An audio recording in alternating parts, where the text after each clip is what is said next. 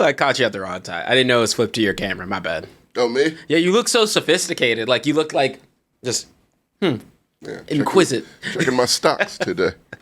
What's up, y'all? We're just getting into a little pre-show action. I don't think I've been on a show in like a week. I was at a wedding. In the Bahamas, right? No, I was in Dallas. So not Bahamas. Oh, that's just as hot as here. Opposite of the Bahamas. And then I was in...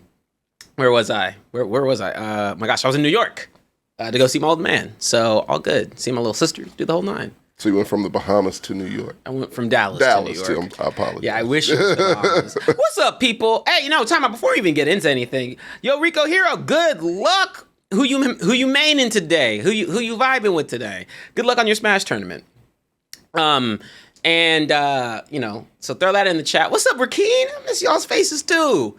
So what happens when I leave? They start saying random shit on Spider-Man reviews, start, throwing fucking shit out the walls. I don't know what happens. Yeah, it's a great movie. See, no, what happened was they didn't have the two colored folk on the show. Didn't have two black folk. No.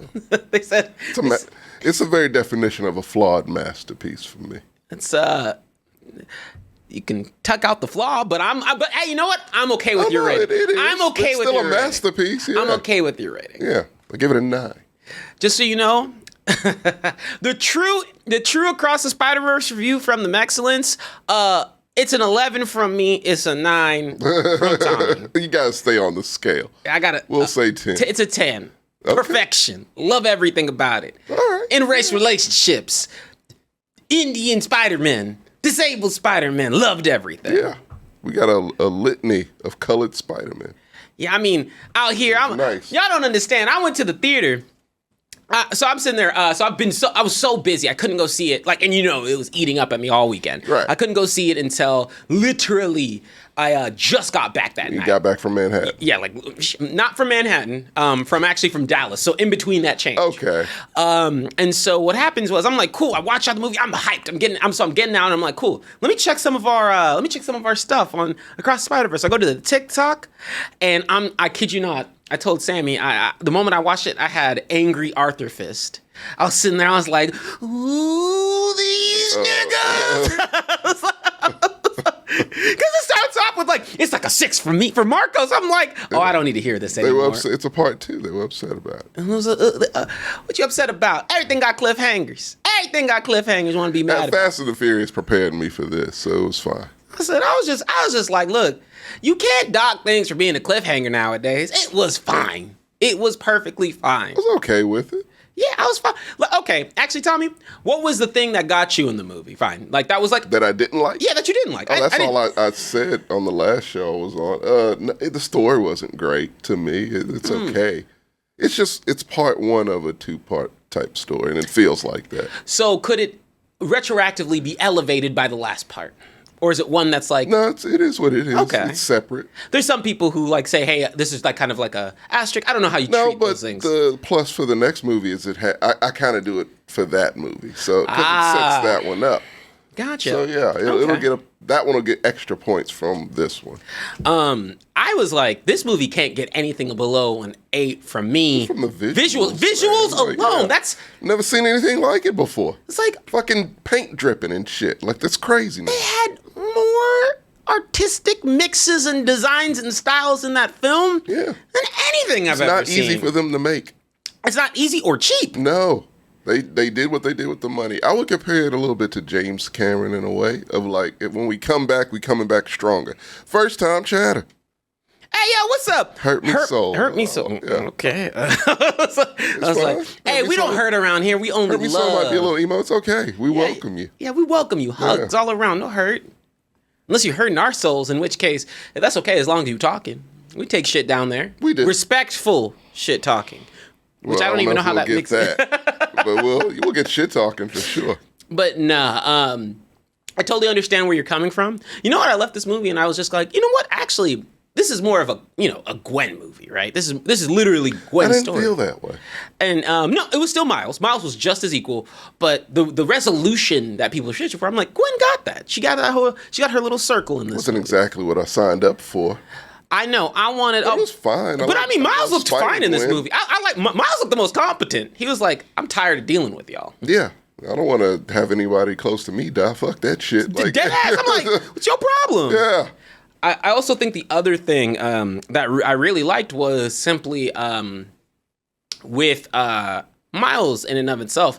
Like, because, I think people were a little thrown off about, him not getting like his own film and all that kind of stuff. But I think that with the setup of Spot, right, which I think they did excellently. Like, that's how you take a villain that you're like, who should be threatening, who's usually joke. Frightening. Well, in the comic book, he can be mixed. Yeah. And they made him like, that was a rev up. That was a good type of villain creation. To beat. I'm like, I don't know how does Spider-Man's power set solve this problem? I don't know how anybody's power set, aside from like Doctor Strange. It's like, why isn't he a Doctor Strange villain? He could just come in right away and probably do something crazy, some spell to fuck with him. Well, first of all, thank you, Alan Azoro 12, for gifting a sub to Martin Loves Popeyes. And Herman, you knew Dr. Omar was not going to like this. Gonna like Man. This is the very thing he would not like. Oh, the Spider-Man. Okay, because look. This was made to trigger him. Okay, because in the first one, Miles is kind of feeling Gwen. In this one, nah. He was like, full-fledged. Nah, he's full-fledged. Yeah. None of these women compare. Get me my interdimensional white And she ain't got one, but she got two of them. she got Hobie too. she got these brothers on lock. Oh, I know his head exploded watching He was like, that movie. not one? And guess what? Two. You paid a ticket for that, Doctor. You contributed. That's crazy. Oh, that's crazy. I don't blame him though. Hey, look, go do what you want to. I love it. But I liked all the Spider-Man they introduced. I really liked this movie. I had a great time in it. And you know what, Tommy? Yeah. I know, like, you don't hand out higher scores very often. So a 9 for you is very good. Yeah. For a Marvel film, technically not MCU, but Marvel. I gave Sony a 9. Gotcha. Just let that soak in if you give a fuck, Marvel. God damn it. I can't stand Marvel. They were like, well, it's just like you go in and really and truly, it's just these reminders are why it's like superhero fatigue is not the thing, not the problem. No. When you have a really cool and creative idea that you execute heavily on. Yeah, get creative with this shit. Stop with the by the numbers, movies. I'm tired of that shit. Apparently everyone is. I think Chris Hemsworth is too. Now, Chris Hemsworth came out and said, y'all got to stop making me look like I'm a buffoon. Yeah. And I said, I'm there's done a with this balance. shit. There's a balancing act. Because I think they had it right. And then I was like, I was fine with him in Infinity War. I was even fine with him in Endgame because, like, hey, that's depression. It was fine. Yeah. And then Love and Thunder should have been his, like, I'm back in action. I'm at center stage. Should have been Ragnarok too. Or did not feel like that. Or, you know what? I actually think he probably would have benefited of just being stuck on the Guardians movie. Oh, they didn't want him. James Gunn didn't want him. And I was like... Tried to get rid of him as soon as possible. And that was my problem. I'm like... Because then he would have gotten a little more serious stakes. Yeah. That would have helped him out. But I think the problem was if Thor was there's no problem. Yeah. Yeah, he would have took care of that one. He's like... quickly. No High wonder. evolutionary. Yeah, a little electricity, he'll be out of it. Yeah. Like, y'all need to free these animals from cages. No, so this will probably be one of the movies. Like, I'm out. Like, look, I saw the first Spider-Verse in theaters 5 times. Gonna go probably see this one. I want to see this one again. I like this one. Is so good. Yeah. I saw this one without any vegetables, and so I'll run it back on my nice healthy diet and see how I vibe with that too. Yeah. But it was a great time in the theater. My girlfriend loved it. It was I had a great time in it, and it was everything I wanted and then some. And and I think it did one of the things where I don't know if you felt this way, Tommy, but it's definitely one of those movies where like it got to the end, and I was definitely like, oh, y'all guys could have kept going, and I was fine. I was chilling. 2 hours and 20 minutes. It didn't feel like it, to be fair. Like 2 hours and 20 minutes. And that's how, one of my complaints was it's lulls in it for sure, but I think the start is the start, and me. then I didn't need to shit with him and his mom. Like I get it, but I think that cut that short. But I think the thing is that with this, right? I think the stuff with his mom is to really. I think they did all that now. So in the next movie, they don't really. No, we ain't wasting time. Yeah, we're getting in and out. Just in and out. Yeah. But I still want it to be long. Oh yeah, I do too. I want 2 hours of just anarchy. This movie's great about giving me my anarchy. Because I think what's crazy is like when they get into And it just like, it really got me kind of spinning because I was like, man, if they give you like because this one isn't, I wouldn't say it's not action heavy. There's action set pieces. I didn't know the big chase was the climax. Yeah, I also, and then I would have much more appreciated them not showing it. No, I'm not watching trailers for the next one. Yeah, I can't. Because I thought that was just a set piece. I thought that was going to pop up in the middle. I was like, you know, like I didn't think that was going to be the grand opus of it, and I'm like, and I was fine with that if you had still shown gave it off. a 9. Yes, that's how give good you it is. a list of complaints, and I'm still saying no. This is a 9. But I we definitely need more Hobie. Now he was funny. He was like, Hobie's expensive to make, but give me more Hobie. It took them a long time to figure out how to do that. Dog. You know what they did? They said Hobie had to go there half the money. I used all the budget. All of it. I'm out. You got to save some money. There ain't no more budget. My bad. That was nuts. I didn't, because I mean, you look at them and you're like, yeah, it's 3 different. It stands out very much. It's 3-4 different art styles at once. At one time. Shit's in different, wild. I think in different frame rates. Frame rates, yeah. Shit was it's so insanity. cool. And I'm just like, this looks simple, but this doesn't look simple. They had 2D. It really stands out. They had 3D. out. They had in person. They took Spectacular Spider-Man and threw him in there. I was like, just cause they could. That's so much fun. I was waiting on 90s Spider-Man. Was he in there? Probably in the background, but I would not. We need him a little bit more. I would not be surprised. Oh, you know who I really think is going to get a showcase? Yeah. I think him, Japanese Spider-Man, probably going to get some love in the next one. You got to end off on that bad one. You have to. But no, I had a great time in this movie. It is like, you know, and I'm going to speak for Tommy's behalf. It's very rare, like, trust me, like, maybe if you guys haven't watched some of our McGrew's reviews, if Tommy has critiques, he's not giving free passes. No, that's how good the goods in here are. Yeah. It's just great. It's just great. And I think, you know what? I know we do trailer reactions or reviews, but I'm going to be pretty hard pass to be like, I'm not watching things for this one. I really want to go in a little blind for it. I'll probably watch the first teaser thing and then be out. See, I've gotten off of trailers. I used to be a big trailer guy. Yeah, because you're like... anticipation. Yeah, you used to be like, hey, I have to see gauge if it's good. I'm paying money, but since I'm not anymore, yeah, fuck it. I don't need to see a trailer. Oh, my gosh. And Rakeen, you're 100%. They confirmed shit with Childish Gambino. That was random. I was like... A lot of people hated that. I didn't hate it at all. I didn't hate it at all. You get to see the full kind of regalia and see what could have been. I don't know what, you know, where he belongs exactly. He is Tom Holland's, remember? Or is that the one, though? I mean, it could be a variant. We have variants now. I felt like a variant. I felt like it's the Tom Holland's one. He was way too sharp to be the Tom Holland one. The Tom Holland one looked like a fuck up. The Tom Holland one looked like he was high. Yeah, that guy did not look high in this one. Like, nah, it was. But no. If you wanted the real Mexcellence review, I'm kidding. They're like, guys' opinions were valid. They brought up some points that I'm certain. I'm kidding. I can't even say that. It hurt me. Y'all hurt me. Never reviewing another. I'm not leaving next Spider-Man. I knew I shouldn't have left this time. I almost called up someone. I said, I can't go to your wedding. Yeah. I got to make sure. Is it going to work out, you think? Oh, for them? Yeah. Yeah, for sure. Okay. It was an amazing wedding. They had fireworks and sparklers. It was an Indian wedding. So they that is fun. Yeah, they have a whole fun. Yeah, so it was an amazing time. I had a whole dance for it. It was really cool. Yeah.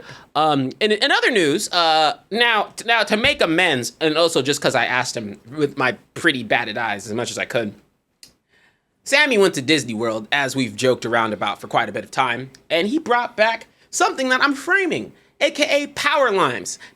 I'm excited because if you didn't know, this is from the Goofy movie. It's basically based off of Powerline in and of itself. Yeah. And when he showed me that he had eaten the candy before and that it was a thing the last time he went, I begged him. I was like, please, don't leave me hanging next time.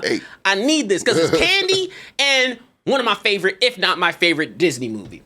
Yeah. But that said, I have a second one. And I'm gonna try live because he says these are pretty tasty. And I'm gonna rip you a piece here in a second. Not the one that's been hanging out. It's green as hell. How much green dye 25 is in that? You don't want to know. I felt like I just died. Is it the same shit that was in Surge? Hey. Not bad. I can get behind that. Okay. See what we got. Here you go, my brother. That's just sticky as fuck, though. $25 at Disneyland, right? This is sticky. Damn, bro. This is sticky. Mm-hmm. Jesus. There it is. Some ASMR. What's a black dude? That's a niche for you right there. Yeah, there is a porn category with that in it. Hold up. That's not bad. That's not bad at all. It's really good. That's really good, actually. Hold up. Let's get on. We apologize, people. The podcast listeners are freaking the fuck out. Yeah, they're like, no. Fuck them. Someone's listening on, like, the highest volume right now. I feel bad for them. I'm sorry. It's good, though. Yeah, and that's just big, too. Because Tom, that wasn't even half. Oh, geez. Because you saw me, I had a pretty long week. Podcasting tip. Don't eat taffy. Not Laffy Taffy. Laffy Taffy would have been gone. Laffy Taffy dissolves in 12 seconds. Actual Taffy. That shit. That was delicious. That was really tasty. That's amazing. Thank you so much, Sammy, for that my gift. girlfriend. Oh, and of course, hey, gotta save the best for last. Every time you go to Disneyland, grab me one of those. Yeah, can I just? Hey, you know what? Can we have some Power Maxes? Yeah. Running time. Yeah, the lemon flavor with just Max on it. No, and very much thank you to your lovely girlfriend for hooking it up on those. The entire cast gets a little bit of some, and one of them. You think I'm kidding? I literally have to go back home. It's hot in Texas, so I have to go back home, freeze this a little bit, make sure I carefully open this up so I can frame the wrapper. That's how much I love the Goofy movie. Are you gonna eat the second one? I'm gonna depend. It depends. I thought you were just gonna leave it. Well, because there's a Best Buy date, and I don't know. Nah, just fucking press it and frame it. You might be right. I might just do that. Yeah. Gotta be a way out of. There's gotta be a way. I'll figure it out. But yeah, I'm gonna save it. They're gonna be an apocalypse. Be like, but TJ, we have power line. I'm like, no. We don't though. Y'all can die. Some cactus over there. I hope you all choke. But today's conversation, as per usual, I should have put it in the title, but it's our second annual Juneteenth special. We're not diving into the show yet, but as a sneak peek, today's a lot. I think last time we went over the history, really in the depth of the weeds on what happens during Juneteenth. Just talk about our experiences. Yeah. And today, of course, we're gonna give a slight brief history. I'm talking real brief, and then we're gonna dive into a bunch of black fun facts. Some Juneteenth related, some not so much. Stuff you should know. Just stuff you should know. And we want to continue to make sure that upon our annual Juneteenth specials, we just get to discuss anything and everything that we want to, and make sure that at the end of the day, we're highlighting some of the best things we can on such a special day. Right. And now, outside of that, and actually, I wanted to ask that stuff you sent over. You want to talk that main show? I mean, you could do a pre-show. Perfect, because I had a couple things I want to go through pre-show. It's kind of a pre-show segue type of deal. Perfect. Do you mind if I start with mine and then we'll dive into Sure. that? Perfect. Okay. So, I know you heard this, or maybe you didn't. King of Black Foolishness himself got into a little bit of trepidatious problems earlier today, and I'll give you a hint. This is also a topic we'd probably do on one of our other shows. King of the Black Fool, Kanye? Oh no! Oh my gosh! Okay, fine. The jester, the prince. Yeah, the crowned prince. Okay. Oh. I'll give you another guess, but there is I will say he has interacted with Kanye. Antonio Brown. Yes, sir. Okay. Antonio Brown is out there acting a fool again, but not really necessarily him being on camera. Well, actually, kinda. Yeah. Did you read on this? Did you hear about this? So let me. No Antonio Brown news anymore. I thought he was being a good guy. No, not good guy, but like he disappeared off into the background, started acting a little bit more right, just getting back into the swing of Trying things. to start his music career. But that's not really the case. Oh, and so hold on, let me pull this up for you so that way you can read into it and learn a little bit more. So, what was the last update you heard on Antonio Brown this year? He was supposed to play arena football and decided on game day not to. A lot of people bought tickets, and yeah. Okay. So he was associated with arena football, right? Right. And honestly, actually, he ended up getting majority ownership of the Albany Empire. Okay.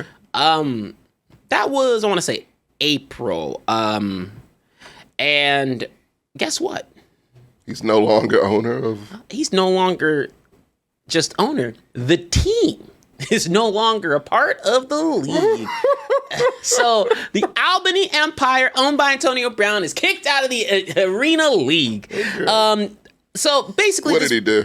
Basically, this boils down to if there's one thing Antonio Brown likes to do, it's brag about money. Of course. But if it's the one thing he doesn't do, he don't like to pay people money. He never does. So they kicked him out after exhausting all avenues.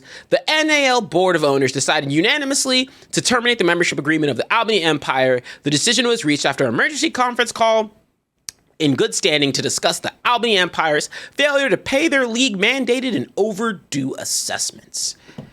So he thought he didn't have to pay things? I guess he just didn't pay things. I mean, I'm more than certain he knew. He pretty sure he bought majority ownership in team. He knows he has to pay people, though. Oh my gosh, Tommy, you're thinking too much like a business owner. Or a rational human being. A rational human being, not like an Antonio Brown. No. Now look, before y'all Twitter folk out there, and I know people are ready, just ready to defend their boy Antonio Brown, who ain't paying people. I don't know how you can keep on defending him. Be your boy? Good at football, yes, that's fine, but that's about it. But I mean, quite literally it. So, terrible rap. I don't know why you did that. I don't know why you did that. But Tommy, how could you go on there? How could you go on there and continue to defend him after he interviewed? So they announced that they kicked him out of the league today, but he did an interview yesterday with an exit interview. So here you go. So of course, minutia people distract us. This is the last year in the NAL. Next year we going to the AFL. A lot of owners around here got this type of money to even be in this league. So let's get that clear. A lot of naysayers around here. I've been seeing a lot of players chip chat about me. You think I care what the NAL players say about me? I'm giving these guys jobs. I'm giving people careers. I'm giving people the opportunity to live out their dreams. I'm not going to go back and forth with an NIA player who's trying to be what I used to be. So I want to be a leader. I want to be details about my action, what I stand for, what I represent here. I want to be clear about the minutia of what we're doing and how we're doing things. So I want to share the people in the media who write negative about Antonio Brown and who lose sight of what the truth is here in Albany. I didn't come here to make money. I came here to represent something that I grew up in as a little kid and give back to the community that helped shape me to be who I am today. So now let's lose sight of why I'm here. I came back here in the community I grew up in to give the people here that I grew up like me and the players here who grew up like my dad a better opportunity to live out their dreams. I am a lobbyist.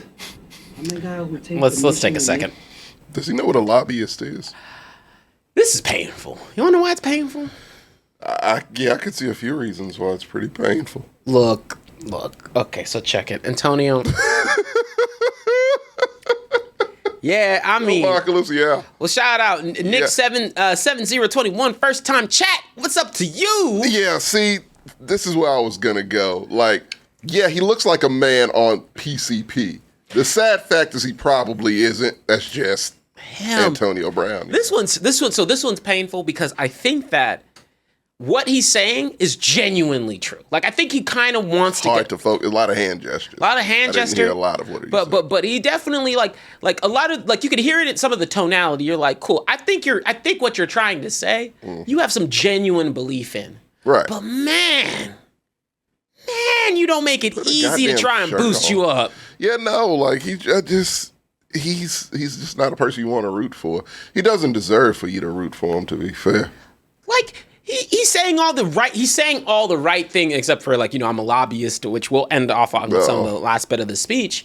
But I mean, it's a matter of. And his team got kicked out 2 days after? No, his team got kicked out a day, not even 24 hours. Yeah. Tommy, they were ready to go. They were practicing. He's like, hey, I gave people jobs. I gave people this. I'm like, dog, you got to pay the dues. You have to pay them though. If the league doesn't pay them, you have to pay. And apparently, they exhausted all of the avenues. Now, granted. That why I said, before y'all start defending on Twitter, I know there's people out there who are probably going to be like, oh man, this league collaborated to get Antonio Brown out of the league. No. And I would say... That helps the league. No, trust me, you don't want to get rid of a big name who brings in media. If he was paying his dues, they'd probably say nothing. He would have been the face of that league. 100%. The entire league. He would have had the Dallas Cowboys of the Arena Football League. And all you sit there and say, I'm with you right there, Rakeem. This all screams, I really hope. Like, man, Antonio Brown, I think we say this every time. Right. You really got to change the people around you. No, it's him. No, it's him. I know it's him. And it's just like, I give him like the same, no, because Kanye's a piece of shit. I can't he's done. Kanye has no branches. But it's kind of in that same vein, a little Floyd. He's like a mixture of Kanye and Floyd Mayweather. Of just bravado and, hubris that he shouldn't have, but he does. And it's just like, it's no helping that. That's just, that's permanent. That's set in stone. So it's just, I feel like it just kind of is what it is. There's a lot of people who can get help. I honestly just don't feel like Antonio Brown's one of those people, man. Like, I feel like it just kind of is what it is at this point. Because one of the things with getting help, right? Yeah. When people say, I hope he gets the help he needs, which I actually believe in, but what I mean by that I do too. They have to For want to. certain people, yeah. A lot of, you have to really, really, really want to change. Right. You have to really, really, really believe that there's some of these areas that you can have addressed. Mm-hmm. With that pride and some of the things he's spouting, I don't think that's the case. No, it's who he is. Like, it might have been the perfect hit. That perfect hit was a motherfucker, so. Bro, it was capital. Put a capital MF on that. I remember the exact time and date where I was when it happened. God, A.J. McCarron was a quarterback. Like, I remember all that shit. Like, that was a hell of a hit. And a lot of people said it might have been that hit that kind of altered, his psyche a little bit. Football's a hell of a sport, man. I mean, let's not forget. I always root for those guys who get the fuck out after a few years. No, look, be an O-lineman. Just be an O-lineman. Yeah. Get your. You ever hear anything bad about O-line? Actually, you hear a lot of bad shit about him.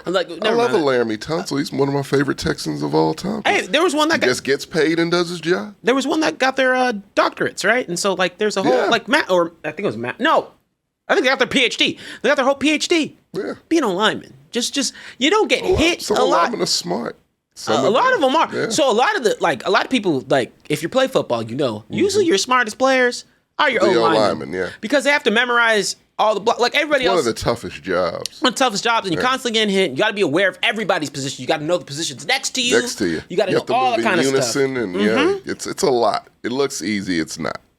But, I mean, bump a hit, people forget. If you have any doubts that a hit in football can mess you up, do not forget Damar Hamlin died, because he got hit. Literally died. Literally passed away on the field. I can't wait to see him this season. He's back practicing. Yeah, hell of a story. Too bad his team wasn't behind it, but that's a whole nother thing. Save that for the sports show. I know. Disgraceful. But, he's talking about how he's a lobbyist. Let's finish this out. Make dreams fulfilled come true. So I don't want people to lose sight about who I am, what I'm doing, and what's my purpose.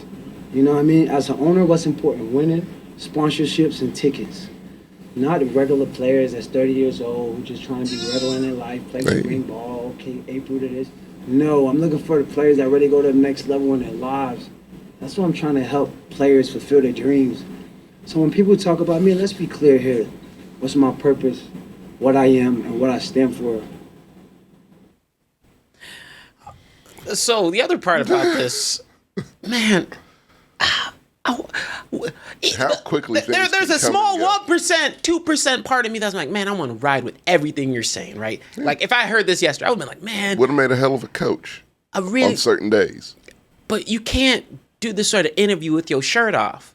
I'm not even I'm someone who's like, hey, there's a lot of formulated, strategically placed fashion sort of messaging that has been designed in order to perpetuate the discrepancies between people, right? Discrepancies between people. Damn, I said that in a long-ass sentence. Yeah. Needless to say, a lot of the fashion trends, a lot of the things that we consider professional were designed by white people and all that kind of things, right? That beside the point.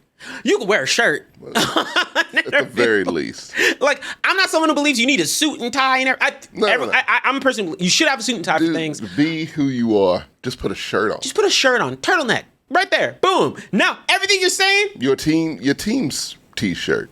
literally. It's got to be one of those laying around within 100 feet. Throw one of those on. But it's Antonio Brown. Bro, time out. Not even. Oh, my God. Tommy, hold up. Not even like that far off, my guy. Like literally. There is a brother back there.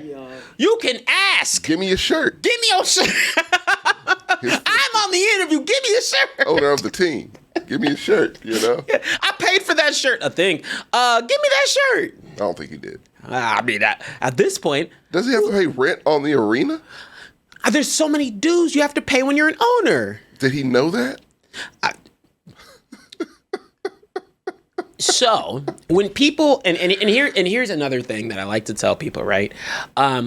So I think that when people there is a big learning curve whenever you go from being an individual contributor to running a business. There's a huge learning curve. There's so many moving pieces. Shoot, I mean, hey, look, being on the outside in, you ever want to know like what happens on the podcast? Look, shoot, everything that gets run is by us on the back end, right? Sure. And shit. Sandy forget something? That shit ain't getting done. It's not done. Like it's like Sandy forget, and it ain't athletics. Shit ain't getting done. So shit ain't getting done. So when it comes to like running something, It's not easy. it's not easy. You have to make sure all the things are firing, and you also have to accept sometimes it's like, cool, if these things aren't firing, is it business critical or not business critical? Yeah. Right. And then when I say individual contributor, if you're not familiar with that vernacular, essentially it's just you get to show up, do what you need to do, and then when you go home, you cut out, right? Yeah. That's being an individual contributor. You're basically contributing to the overarching success of the business, but you don't have to run the minutia behind it, or you run very small bits and pieces. And so he went from, hey, I'm a player, which is fine. I think any player can go. I think most players can go off and have success in whatever endeavors they want to do. Mm-hmm. But I've been a firm believer of this. I hope you co-sign this. A lot of players are not given the proper financial foundation and education to make sure that they ensure their success following the time they leave the league and also when they want to actually progress in owning a business. They are only there to focus all of their time on the sport and the game. That's what it used to be. That was pre, Gen Z era type of sports. Yeah, and that's the era that Antonio Brown comes from, to be fair. After NIL, I think NIL changed a lot of that. No, NIL helped that. It helped a lot. Because the dudes who are getting drafted high that's getting that big money, they've already had money. Like my quarterback, and yes, that's my quarterback. Glad you're taking pride in that early. I am. CJ, he had NIL money. And so that helps when you're drafting a dude and it's like, well, he already has millions. It's going to be more millions, but he knows how to act with it. And which he does. Like they have classes now. It's young enough to where, if you have parents in your life or parent, like they can at least say, hey, here's some of the moves you have. But there's a lot of cases where some of those kids, might not even, their parents don't even know what to do with that money. Some of the hooks that with some of these agents that get them to sign these players, it's like, I'll teach you how to do this, that, and the other. You want to invest? I'll teach you how to invest. You want to start a business? I can help you with that. Like that's a selling point now. Because these kids are a little bit smarter than, Antonio Brown. So, I think it's still going to be a few Vince Youngs in there. But, for the most part, we're progressing forward. We are progressing but I still forward. think, they're getting better about it. First of all, what's up? That's the first time chat. What up, Week Fly? Hey, we're getting our first time chat. Okay, time out. This is the usual. We haven't even gotten to the actual show yet. This is the usual call out. If you're in the chat and you haven't done a chat yet, please. Because we will shout make you a chat. We'll shout you out. And if you don't, we're going to hunt you down. Don't think you're going to escape. So you better leave a chat. Weak Fly Jalen Green bothers me to no end because if you want to know how not to speak when there's a microphone in front of your face, look at Jalen Green. Just the laziest speaker I've ever seen. The tonality and everything. Yeah, not that good of a basketball player either. He's not. He needs to be. Hey, man. For the love of God, he needs to be, but he's not. I've given up on my Rockets, but yeah. I also realized... the goddamn Batman. What up? I also realized one big thing, man. When I'm not on that sports show, this is when you start to do that top 10 list. Don't think I was going to let that slip. What? Bron ain't on your top 10? Bron? Yeah. Fuck no. Get out of here. It's too many. It's too many great players for LeBron James to make it to my list. Oh, you're wild. Then that's it. That's it. Not to Am I giving the flopping award as top 10 floppers? No, I'm not even. I'm not putting the camera on you to give you that huge. He's not even. I'm not. and utter trash, and he should not ever be considered in anybody's top. We're supposed to be boosting African Americans here, please. My whole list is practically African Americans. Maybe one that's not. Larry Bird was on your list. Larry Bird was on my list. I like how immediately I was like, it's primarily. I'm like Larry Bird. You knew it was Larry Bird.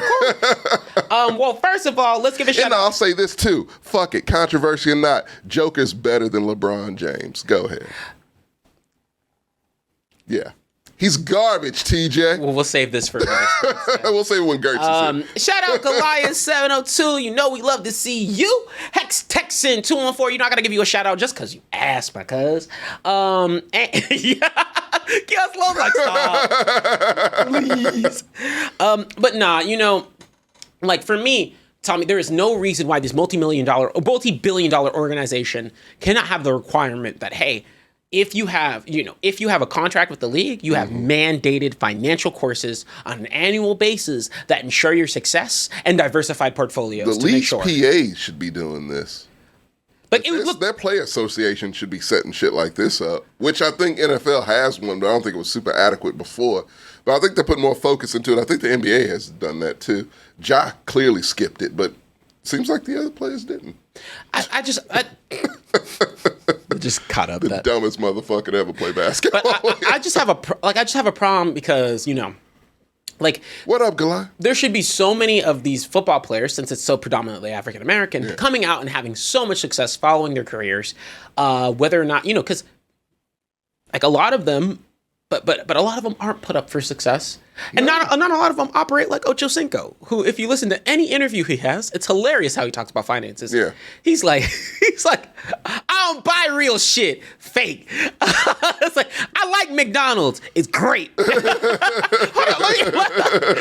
Hold up. Have you seen his, what items I can't live without? No. Hold up. I forgot all about Ocho Cinco. Dude, he's so funny. Because you're like, okay, there's a reason why. There's a reason why he's managed to maintain his money for as long as he had, and you can't even be mad at him. When I was a kid, there you go. burgers were 50 cents, fries were 20 cents. Therefore, it was all I could afford when I was a kid. You know what happened when I was little too? When I ate McDonald's, I never got hurt. You know what else I did as a kid when I ate McDonald's? I dominated everything that I did, even in kindergarten. So what is that? What is Ocho versus science? Ocho is truth and facts, because I'm sitting right here. Science is researchers and scientists approving with those who pay them. That's what science is.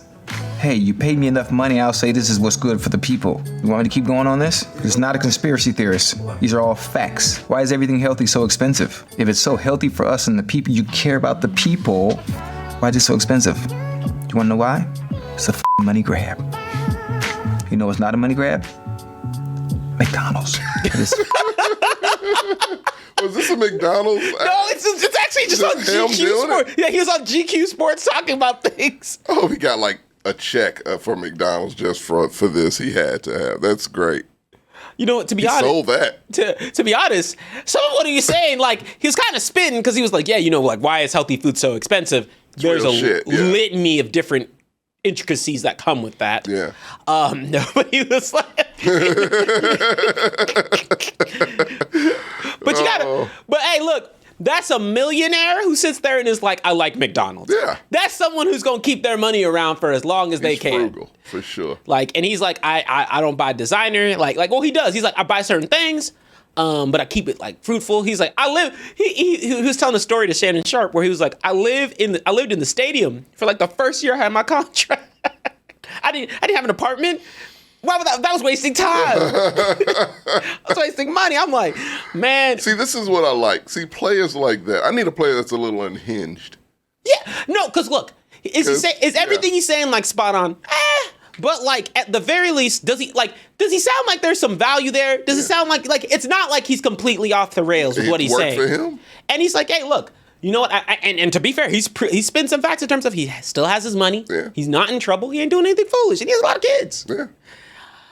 Speaking of Shannon Sharp, he left Yeah, Undisputed it's a officially. tearful goodbye on Undisputed. And you know what? I did not love that. I mean, I love. I'm happy that he's going on to do his own thing. What didn't you love? His praise of Skip? No, I'm fine with that. More so, I just like Undisputed. I used to. Now I don't. Just like I used to like First Take It once upon a time, and yeah, when Skip left that, Skip and Stephen A are two awful people that deserve each other. Like, it's true, and it works. See, I like, but I like Skip and Shannon's dynamic. It worked. Yeah, it worked there. And now I don't even know. Have they announced what their plans I think are? they're just gonna do a rotation until they find somebody, but it's gonna be like First Take. It's not gonna be the same. It's just gonna be, Like, you need some like Unc Shannon. Co-host. You need someone who's thick necked on the other side, to like pull out Jenny. a sweet and. He's like pull out a Black and Mild, When they out of nowhere after they win a bet. Wear a goat mask. Yeah.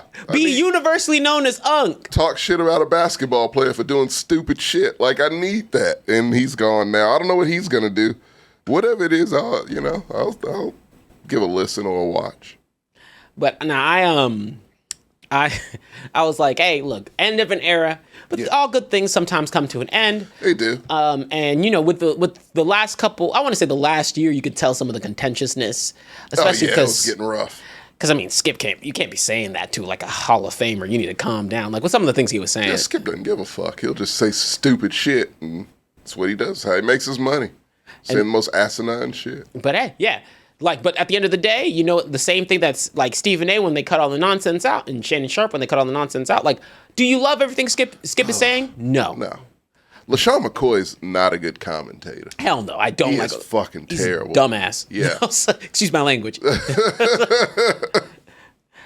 no. The end of the day, I will never deny that Skip does like put black people on a pretty good pedestal. He does. And he really true. And that's why look, I'll talk the shit that's deserved of Skip Bayless, but like Skip Bayless has said shit that white people need to say all the time, all the fuck consistently, and make sure it's a topic on the show. Yeah, and we'll look right in the camera when he says it. Like, so fuck that. I respect Skip forever for shit like that. No, like I literally like there's like some people are like, oh, how come? No, I can never hate Skip Bayless because what he does for black people. Like, even when he says something wild, and don't forget, like he's the reason why some of those brothers have the careers they do. Yeah.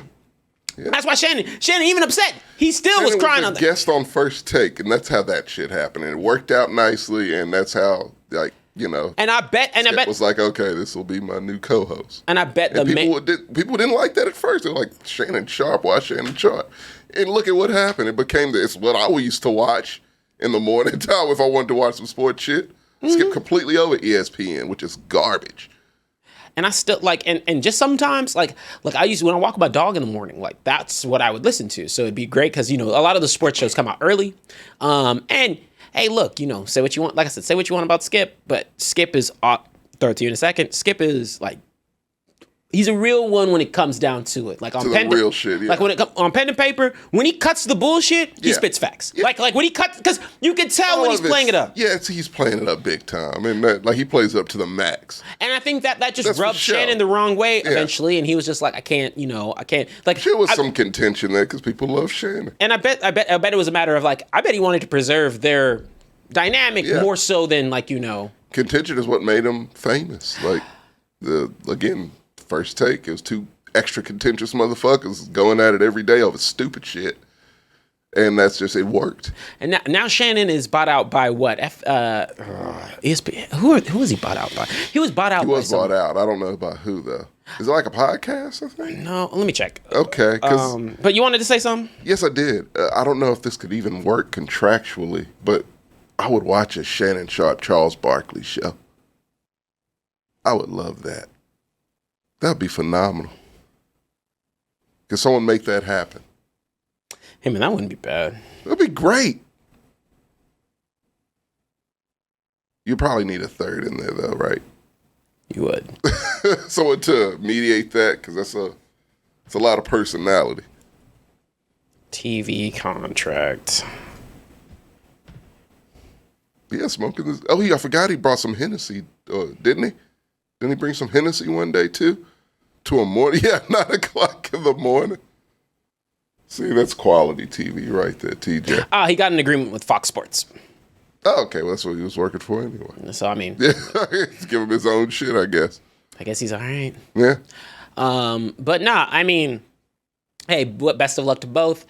I have no idea who the African American male that will be sitting across from Doesn't Skip matter. Bayless. It won't be the same. But it won't be the same. Just won't be like the same. but to be fair, we said that whenever it was Stephen A. and Skip, and I thought Shannon was a totally different. Yeah, it worked. Shannon worked. Skip To find that character though, Yeah. because my majority. Steven ain't never found his replacement. Stephen A's floating. I don't know what's happening with him. Yeah. But I also like what Shannon Sharp's. I don't know if you've heard his like solo podcast. I heard it's good. Yeah, his what is it? Club Shay Shay. Like it is. Yeah. It is a very good podcast. Okay. He just I have to add that to the list. he gets people to open up very well. Like that's why. Well, that's one thing about players, talking to other players especially, is they open up. Like that's how I learned more about Ocho Cinco, because he's such a character. He really turned it into an interview of Shannon. Yeah. He like fucking Jedi mind tricked him to be like, so what about you? When you gonna find love? Well, how we get on this? And shout out, throwback to the T. Ocho show. A lot of people don't remember the T. Ocho show. It's the T Ocho show. It's Terrell Owens and Chad Ochocinco's show. They allowed It was seasons of it. Oh my gosh. You don't remember this? Dude. You were probably in college when this came out. Ocho. It's a great name already. How did The I T. Ocho not? show was great. They were literally the two like diva wide receivers that were recently retired at the time. And they just did their own Welcome back show. to the T. Ocho Show, where we're joined now by the winner of the Head & Shoulders Main Event Challenge. T.O., please introduce our very special guest. I'll be happy to, Kev. He speaks softly, but he hits hard. And believe me, he tried to decleat me last night. Our guest, Troy Polamalu. Troy, everybody's This must be a always later asking season. you about Kevin your Frazier, hair. you didn't used to be a part of it. It's just true, those Lords two. of Those two. Yeah. But they had to have someone in the room that was like, we need someone to This navigate looks like this. this was the tail end of it when they both just stopped giving a fuck and it was just like, yeah, we're done. I man, you know what? First of all, that's beautiful, especially when it like in the era. I think they were just a little bit too early, because in the era of podcast, they probably would have. They would have killed it. They would have. They were way too early. Yeah, they were before the time for sure. That would have been the perfect. I mean, the name itself works. The T.O. T.O. show. show Like, is great. dog. It's just like, yeah, man, they would have. Because I remember- these days they would have been top. Oh, they would have been clearing. Absolutely. Kind of like how what is it? The Kelsey brothers, like Yeah. situation like that. Yeah, or the Manning brothers. I think they probably would have been closer to the Mannings. Manning brothers, yeah. actually. No, that would have been money. Yeah. Too but soon. They probably don't like each other. That's a lot of ego. we flipped this into a sports show. We did on accident. On accident. And don't worry, we're getting into our Juneteenth things are. right now. And so I'm going to flip the script. Don't worry, we're going to talk about your subject Okay. again. Going to flip it around a little bit. Because actually, it was some good shit. It was some Yeah. good shit. So I actually want to And highlight it's a that. theory I personally have behind that, and I'll explain it. When we Yeah, get I into mean, the show. I just have to look I on have a that theory behind on that subject, man. I had to. That's real shit, though. That's real shit. Because I said, No, that was real shit. I I'm was like, just because you do this, I give credit don't- where credit is due, but you kind of have to earn it. Like, I'm not just going to do that, but, they earned that. Like, Oh, 'cause both of them? Both of them earned that. You ain't gonna change someone's mind. Now I gotta make Two them lessons within uncomfortable. 30 seconds. Real lessons that anybody can get. And again, I have a theory that I give them slightly more credit because of my theory.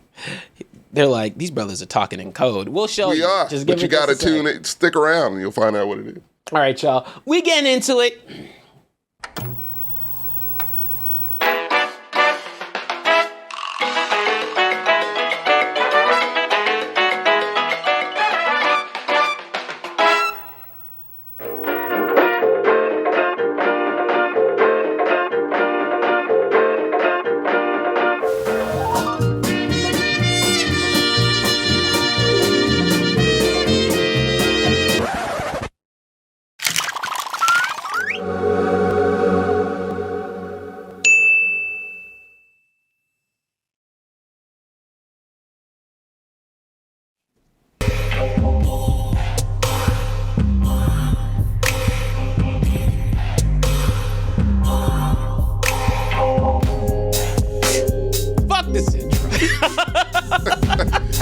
why I made that intro. No, I love it. It did not want to load. I love to see my work, you know? No. What's up, beautiful people out there? You already know what time it is. I know that you read the title before you came in here. It's another episode of the Blaxcellence, and it is our second annual Juneteenth episode. Why can't we get the lights for that? We get some black, green, and red lights, right? We'll work on that next year. There were some budget cuts. Oh, I got you. Can't Just for this show. Can't have the accoutrement on this show. That's fine. Granville T. Woods didn't invent neon lights. That's true. Shout out to Granville T. Woods. If he was alive, he would have invented everything. Neon lights and LEDs. Invented McDonald's. Yep. Invented sewer heads. And invented roller everything. coasters. Like, come on. But y'all already know this is the show where we only have two rules. You come in and be authentically yourselves, in particular, authentically African American, if that so represents you. And number two, you keep things as real as possible here, as long as you're respectful. Yeah, just make sure it doesn't go wrong. Just make sure it don't go wrong. Yeah, it's a balance to keep it real. You know, don't sit here, clip us, chopped and screwed some of our comments, put it on Twitter, get us screwed. You know, just make sure you come correct. Just come correct. But everyone's allowed in the Church of the Blaxcellence. Everyone. Well, as a matter of fact, we open it to everyone. We invite everyone. We want everyone. You know, Melanin. It's the Blaxcellence you have. We like to educate, you know. You'll be back at some point. Stopped being on the show 4 months ago. That was his. Black. That was his choice. That wasn't us. We didn't kick him off. We didn't kick him off. Just I'm not welcome. You're not welcome right now. It's Juneteenth. At this moment, no. Yeah. I only learned about Juneteenth like 4 years ago. From this show. From the show. Actually, from you guys, though, for sure. Yeah. No, but the real reason that we met. Why Sammy had Quick question: off, are you off Monday? I actually don't know. I haven't checked. Ooh, can I be off You Monday? better do it. Yes. It's a federal holiday, so No, technically, I think you can.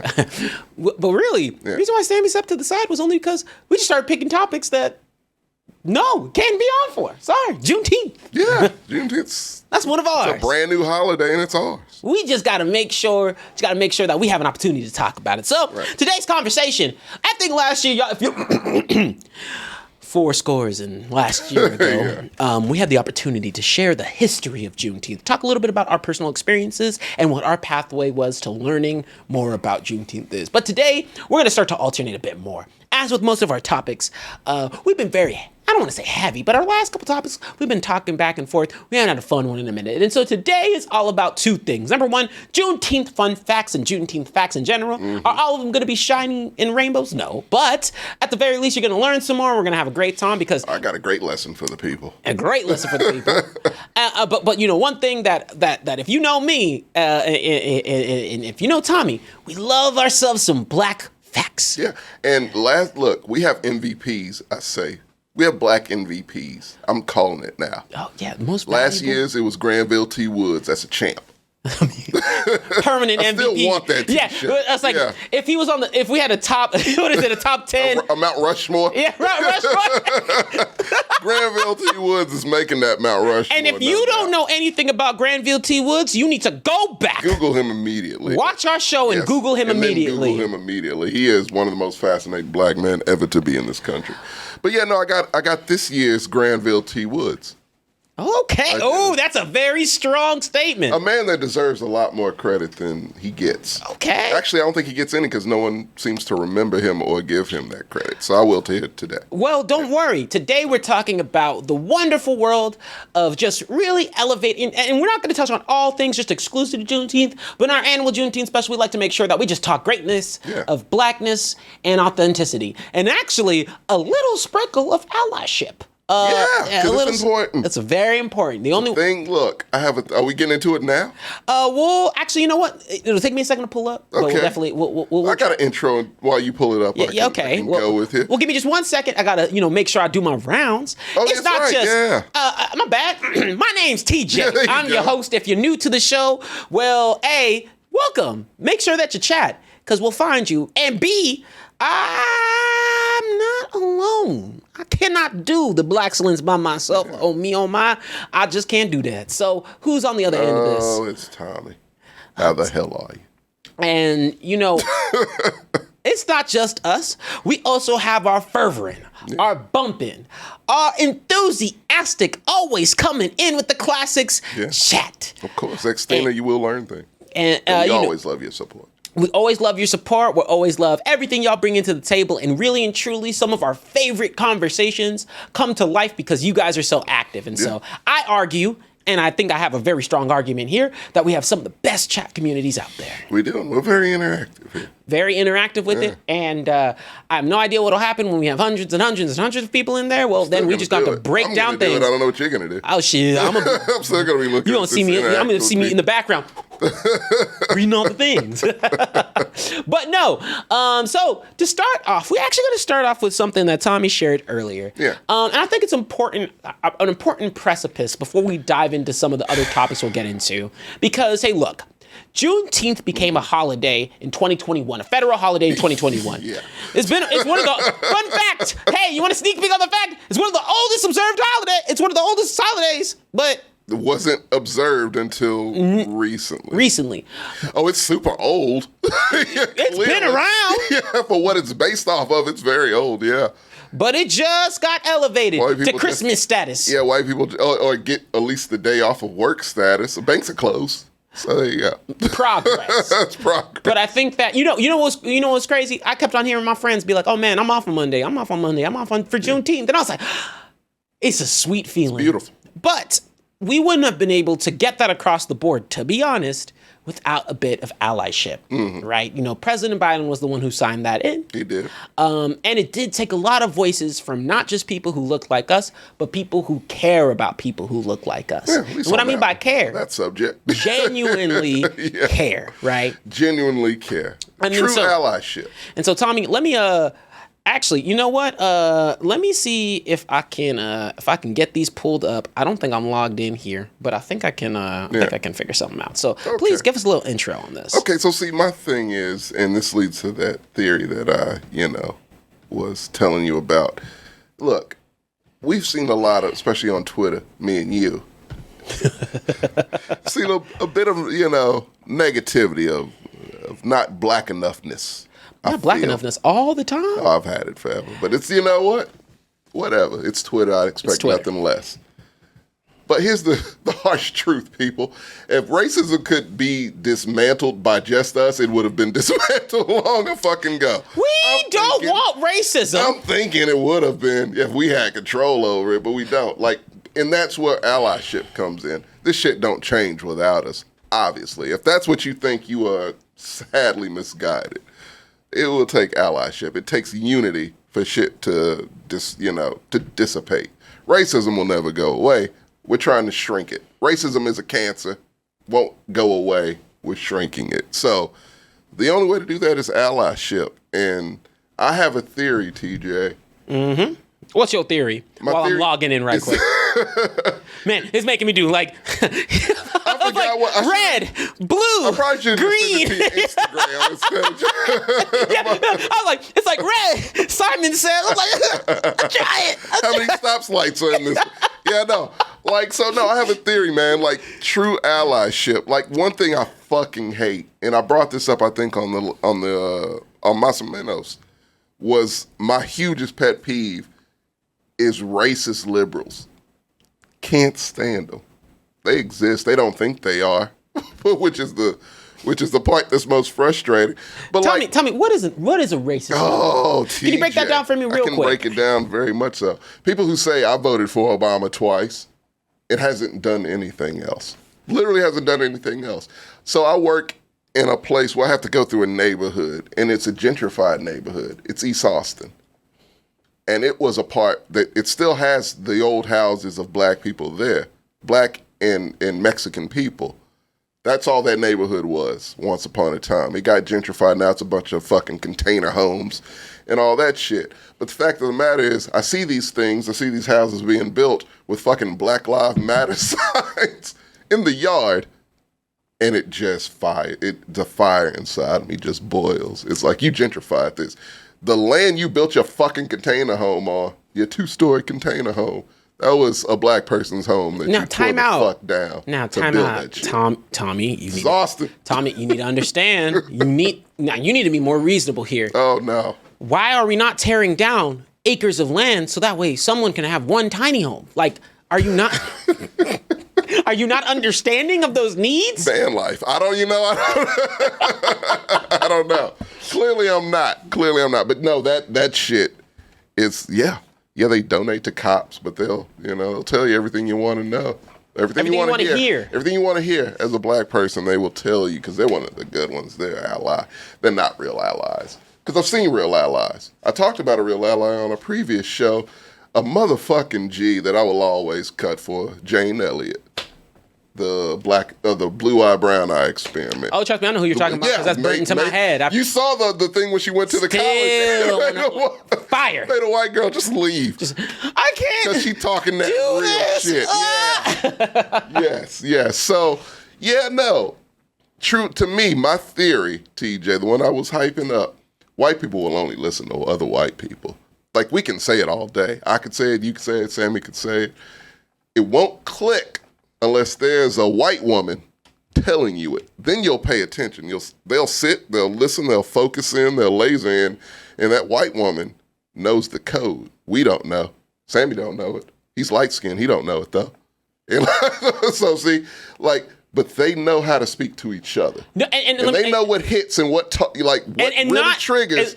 We do not. And when they do it, I love it. Hold on, let me preface this. And we're talking about standard white woman, you can't have you can't have colors in your hair. No. You can't have... I'm talking the blondest of the blonde. Blondest of the blonde, brunettest of the brunettest. Green not eyes, because blue we eyes, just... gray Hey, look. eyes. Yeah. My girl's hair is dyed, but it's not that. It's a matter of the moment they see colors in your hair, oh no, this person's radical. Yeah. They're representing something. So no, gotta be some. Yeah. If you're super white, it catches them off guard. So Tommy decided earlier today, he was like, you know what? I'm gonna put TJ on game. I want to make sure that he gets something that will make his day. Yes. Want something to bring life as we get closer to Juneteenth. Allyship is a good thing. When you see, because look, you've been there and I've been there. It's like, do they get it? Do they truly understand? No, and look, it requires. There are quite a few who do. And behind every, but not behind every. Yeah. Behind a lot of these women who are able to translate fruitfully, there is a brother there who's consistently navigating the message. Mm-hmm. Trust me, there's a brother somewhere around who's helping audit that message so that way it can be echoed more fruitfully. Right. But we're not saying that the power of black voices is any less than anybody else. No. Actually, we need to be loud, we need to be clear, we need to be vocal. However, TJ, people only really listen to people that look like them. That's true. And here's my thing. What you just said, no. Let's take a vacation. Let's take a fucking break. Actually, you know what? Let's take a goddamn break, man. You're right. How long have we been doing this shit? No one's listening. And we had some of the greatest speakers of all time. We had a Martin Luther King. We had a Fred Hampton. We had a Malcolm X. We had eloquent speakers that could just drive this shit home. Did they make a dent? They made a hell of a dent. Yes, they did. But still not quite. Hey, no. Still not quite. And that's the thing. We exhaust ourselves fucking constantly. Saying the same shit we've said over and over again. We've repeated it in our heads over and over again because we know it. It's life for us. And we know the answer. We know the antidote. We know the cure. We say it. They don't listen. And it's just a cycle. Yet when they say it, I've noticed from that Jane Elliott video, if nothing else, something hits. Like something touches. What we can't break through, some of these women break through. Because I've read some of the comments on some of these things that I sent you. And it's just like, something breaks through, man. And it's just like, if we had more, I call them anti-Karens because they are. They are literally the exact opposite. Nega-Karens. Yeah, nega-Karens. They got red eyes. Karen with the symbiote. Yeah. What is this black goo? I understand their pain. Yes, that's what they are, man. And it's just like, where have you been? We need more of you. We need more of you to make the things that I sent you. It's just so tricky because, definitely, and you want to know really the superior Karen. Yeah. No. You wanna know really the true reason behind it too? And who I'm with you, it's also the combination of, man, to be honest, we're also black men saying these things. Yeah. And when it comes to the podcast and entertainment space, Yeah. men ain't helping other men out on this one. No, they're not. The amount of women that come to our chats and are like, man, y'all talk with some sense. I'm so glad. I'm like, this should not be the standard. Yeah, I mean, it's just us. Yeah, no shit. That's what I'm like. Yeah, no, we're just saying things that are just kind of common sense things. Yeah, we talk. We elevate both sides. We talk shit on both sides. This is what we have to do. Yeah. But women when they hear their voices in podcasts, in videos, like it just resonates more because it's like, cool. This is validated by someone who, because there's some area of entry of like, okay, what is this other person's ideal? I don't believe that should be the case. Right. If a black person saying something, you should probably take a little bit of time to be like, okay, maybe there's something going on with that, right? Yeah. And there's some things that are common sense. But, hey, in the same vein, when you really think about it, and I hate to put it this way, but it's true, there are some issues, some areas where, I'll be listening, I'll pay attention, I validate everyone's opinions, and when a black man says it, I'm like, all right, let me double down right quick, right? And it just happens. A black person, right? True.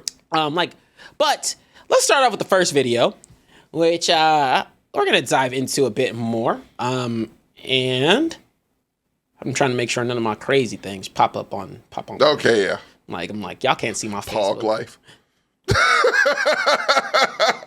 And oh no, it's fine. Honestly, it's not just. Sorry, Dr. It's just ass life, baby. Yes. True. Yeah, I like all asses of the rainbow. I also do too.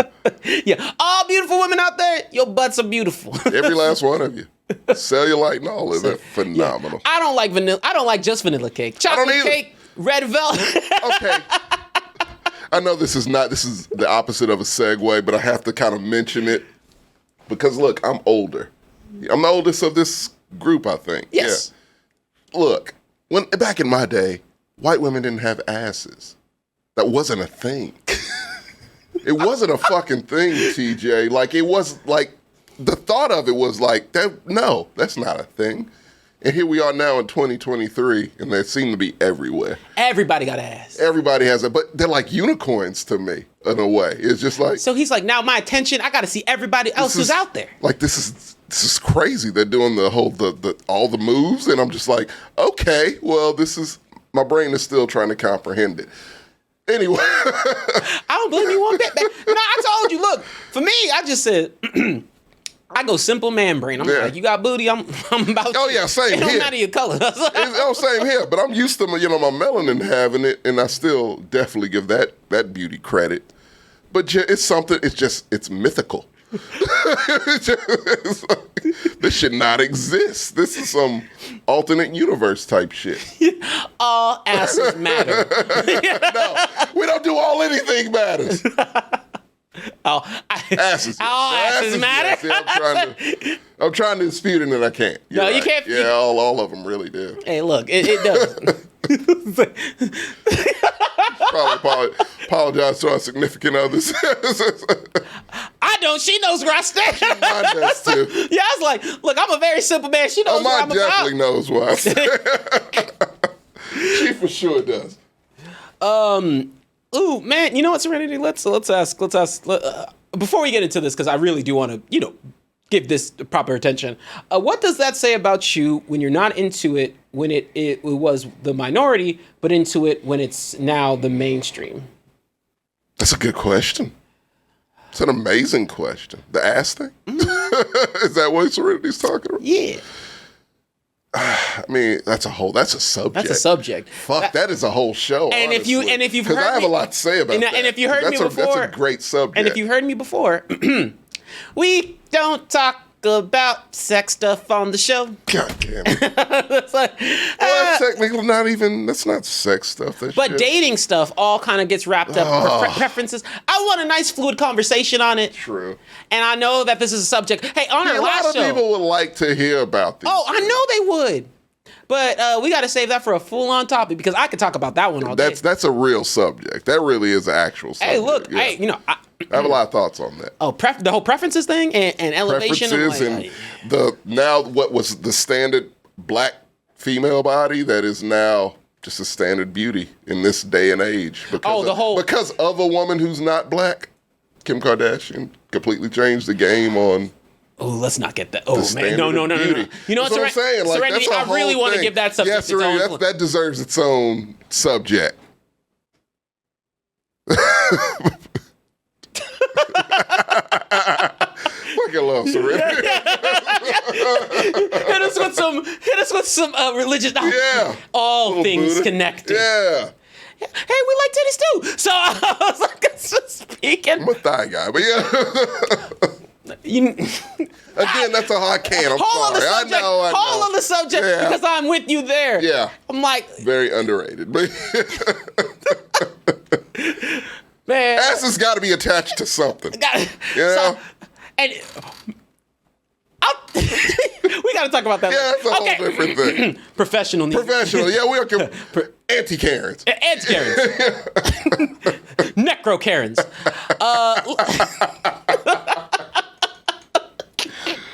Bizarro Karens. Yeah. Universe 616 Karen.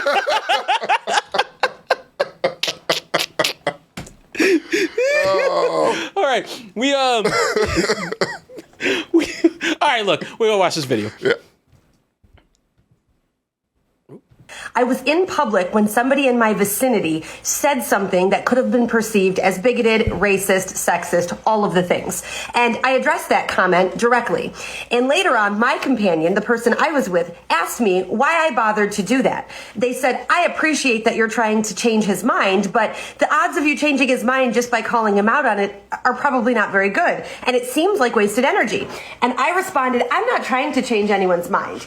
Those people already have their opinions set in stone for the most part. What I'm trying to do is change his comfortability with saying it in public. Let's dismantle the society that says that you can say whatever you want without being held accountable and without consequence. If you're going to be a racist, bigoted person in my presence, I'm going to ask you to explain yourself. And if that makes you uncomfortable, maybe next time you won't say it. Now, I do hate that this brother's doing that reaction shit. I hate those, man. Say something. Not a guy. What are you talking about, guys? Yeah, that bullshit. Don't know what he sounds like. But what she's saying is something that Very true. So true. That's what it is. A lot of people are like, man, I can't change the opinions of my family. Stop doing that. You're not trying to change their opinions. No. Make them feel awkward. In the era of a hashtag and a video, shitty. Make them feel shitty. Because they say that in front of the wrong people. Yeah. They'll be on the internet and their lives will be changed. Oh, absolutely. People get fired for shit like that. But here's my thing. Again, another Tommy theory. When Obama was president, you did not see the shit you see after Trump was president. Am I right or am I wrong? Hell no. Not even remotely close. My theory is it was a defeat. It was a defeated feeling in those racist, bigoted motherfuckers you see around now. It was like, damn, they voted a black person. I guess it is changing. I guess we really don't stand a chance. Like, fuck. Like, I guess they had to find reason. They were like, man, he's wearing a tan suit. Yeah. They had to dig deep to try to find anything because the man played it straight. Like, say what you will about Obama. Did he do a shitload for black people? Fuck no, he didn't. Same time, first black president, you got to just play it straight. No, literally. There will be another after you. Yeah, he had to. You have to be perfect, damn near. He had to set the bookmark. You have to set a bookmark. And you have to give them nothing to say but, oh, you're a monkey or you're not from this country. Which they stretched. They tried to stretch. I'm like, that was segments on Fox News. Like, it's like, you have to stretch that. And look at the motherfucker we had after him. Man. Indicted. Like, well, okay. This is why I've always wanted to run for president because, I'm not going to say it on there, but my last name is super ethnic. Yeah. But I'm Texas born and raised, baby. Oh, yeah. And if I hit them with that, they'd be like, ah! Oh, but they'd Obama you in a heartbeat. Where's his birth certificate? I'd be like, shit, I got it at home. I got the records. 4 copies, motherfucker. Hold up. Let me call Vital. Yeah, let me call Vital Strategy. I got the hospital I was born at on the line right now. speak to you in Dallas, 5 different Texas. languages. What's up? Try me. Yeah. This ain't. that's all I they was would not. I'm a have. '90s baby. We got records. Oh yeah, no, you're millennial, yes. Yes. Yes, you are. Yes, I am. Yeah, you are. Wait, is he? Is he? Barely, yeah. I am. Don't hit me with a barely. Me and you are on the opposite end of the spectrum because I'm one of the older ones. But like, yes. But yeah, no, that's how we come. Like, nah, don't fuck with us. We've been through too much shit. Like, no, you better come to me correct. Man, I got the Carfax. That's what my I'm history. saying. We're scary. That's why a lot of us aren't in Congress or the Senate. Because we're frightened. Shake them. They do not want us there. Yeah. We're not as radical as Gen Z, at least in our vocal But we just don't tones. take shit. But I'll be like, And they got one in there, Maxwell Frost, shout out. I love that kid. He's amazing. Like, he just calls them out on everything because that's what's going to happen. You're going to get us there. You're going to get hims there. And shit will change eventually. We know it. We could see it. But it's just like, before we get there, we have to go through a lot of shit. a lot of and work. which we are going through right now. And it just takes a little bit of consideration and conversation, right? Yeah. But it takes more people. Like, that is the true definition of allyship. That's Make them, allyship. like, when they're in public, make them feel uncomfortable. Yes. Because I can make them feel uncomfortable, and then, and I mean this in wholehearted, let me be on a video talking down to someone who's saying some foolish racist things. Am I going to get support? Plenty of it. Yeah. But there's a lot of people who are going to go on that video and be like, what led up to this? What are the things? What are the situations? What's his record? Yeah, what's his record? I ain't never been cuffs in my life. Like, what everything around it. Anything. No, any and everything. Look, I subscribe to a lot of these, which is why I sent it to you. But it's a guy, I forgot his name, and I'll send you some of his videos. He's a white guy. And he spits that real shit too. And he's just like, no, this shit is built up. Like, from the day you were born, say, black people are like 13% of the U.S. Small fucking minority. Very small. Yet, we kind of top line when it comes to, we got to make sure these motherfuckers don't get, any type of control or power. Throughout history, that's the way it's been since fucking slavery. Texas literally passed a bill today that blocked off DE&I offices' entire education. Yeah. Like, come on. Yeah. Because, as I also mentioned, racism is a sign of non-education. It just is. Like, scientifically, it's a fact. Pause. So, yeah. Pause. Pause. Pause, yeah. What up, where Sean? Oh! I didn't see this. Yeah. What up, where Sean? Sean, what's up? I don't know what you're trying to communicate with that, but I see a smiley face. So I think you're happy to be here, which means that you should invite a friend to be here. Yeah. And then y'all guys can talk back and forth. We sure can. Yeah. But continue. Sorry, go ahead. Yeah, no, what was I saying again? Sean threw me off. Yeah, racism tied to education. Yes, no, like, as we can see, like, there's a lot of things being cut out of education, this being the Juneteenth Spectacular. A thing that bothers the fuck out of me, Black history is just being erased. Fucking erased. And I saw an article today that kind of scared the shit out of me because we've seen the adults do it. Like, because, look, let's be honest, the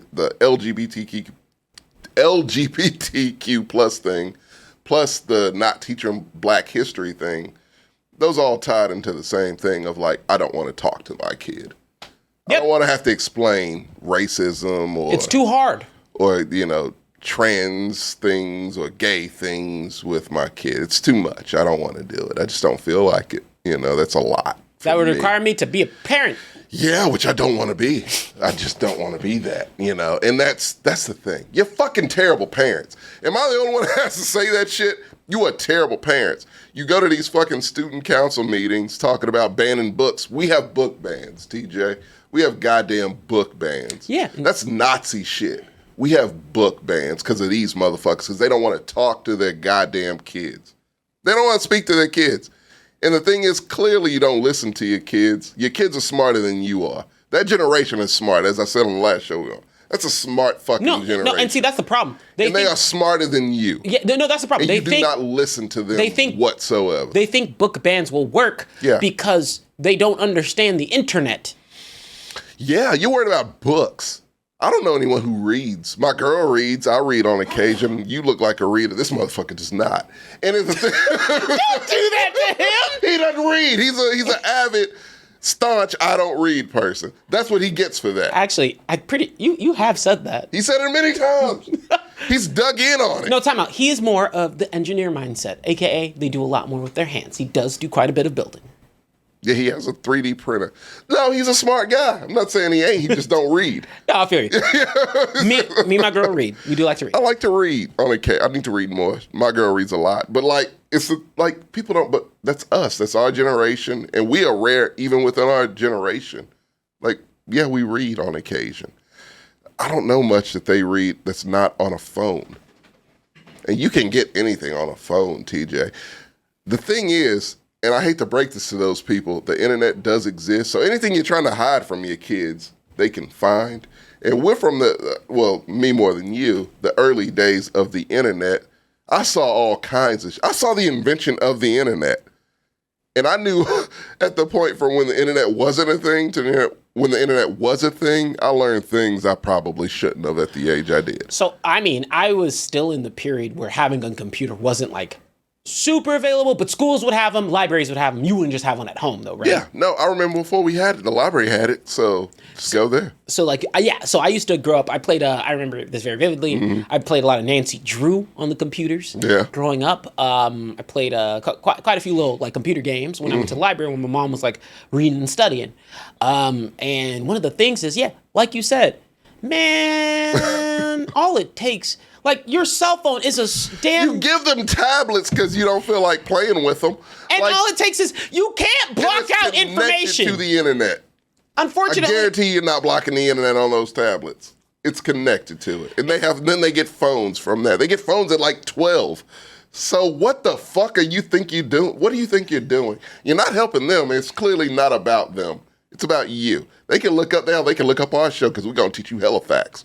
I will actually. And plus, I will actually kids defend. Look up shit you don't want them to know. I will sit there and I will be very proud of. I think the Blaxcellence is a very educational. We're educational as shit. Yeah, we like to talk. Don't forget, I throw this around. We talk about black inventors here.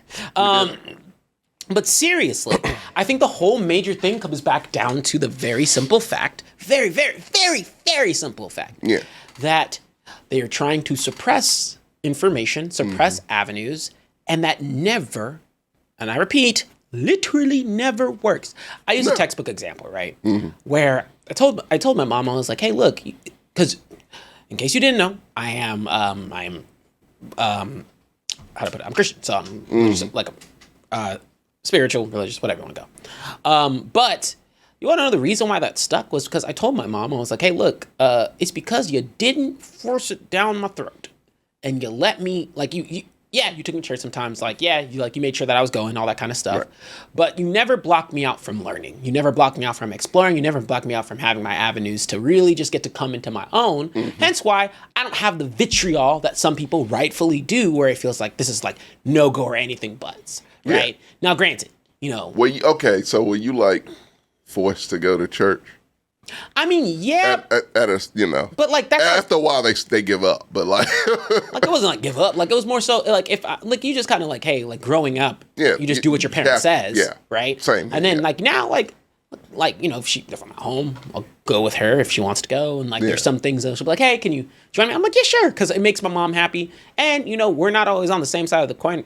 That goes into a different thing. Yeah. But for the most part, I'm cool. I have a good relationship with it because I was provided a perspective and a good environment for it. Yeah. But girl, on the other hand, no, not at all. It's not that she's not religious. It's not like that. Or excuse me, not. But in terms of the environment, hell no. I'm like, damn, your parents really don't want this to stick. I said the way y'all are talking about this. Yeah. Because I'm like, no.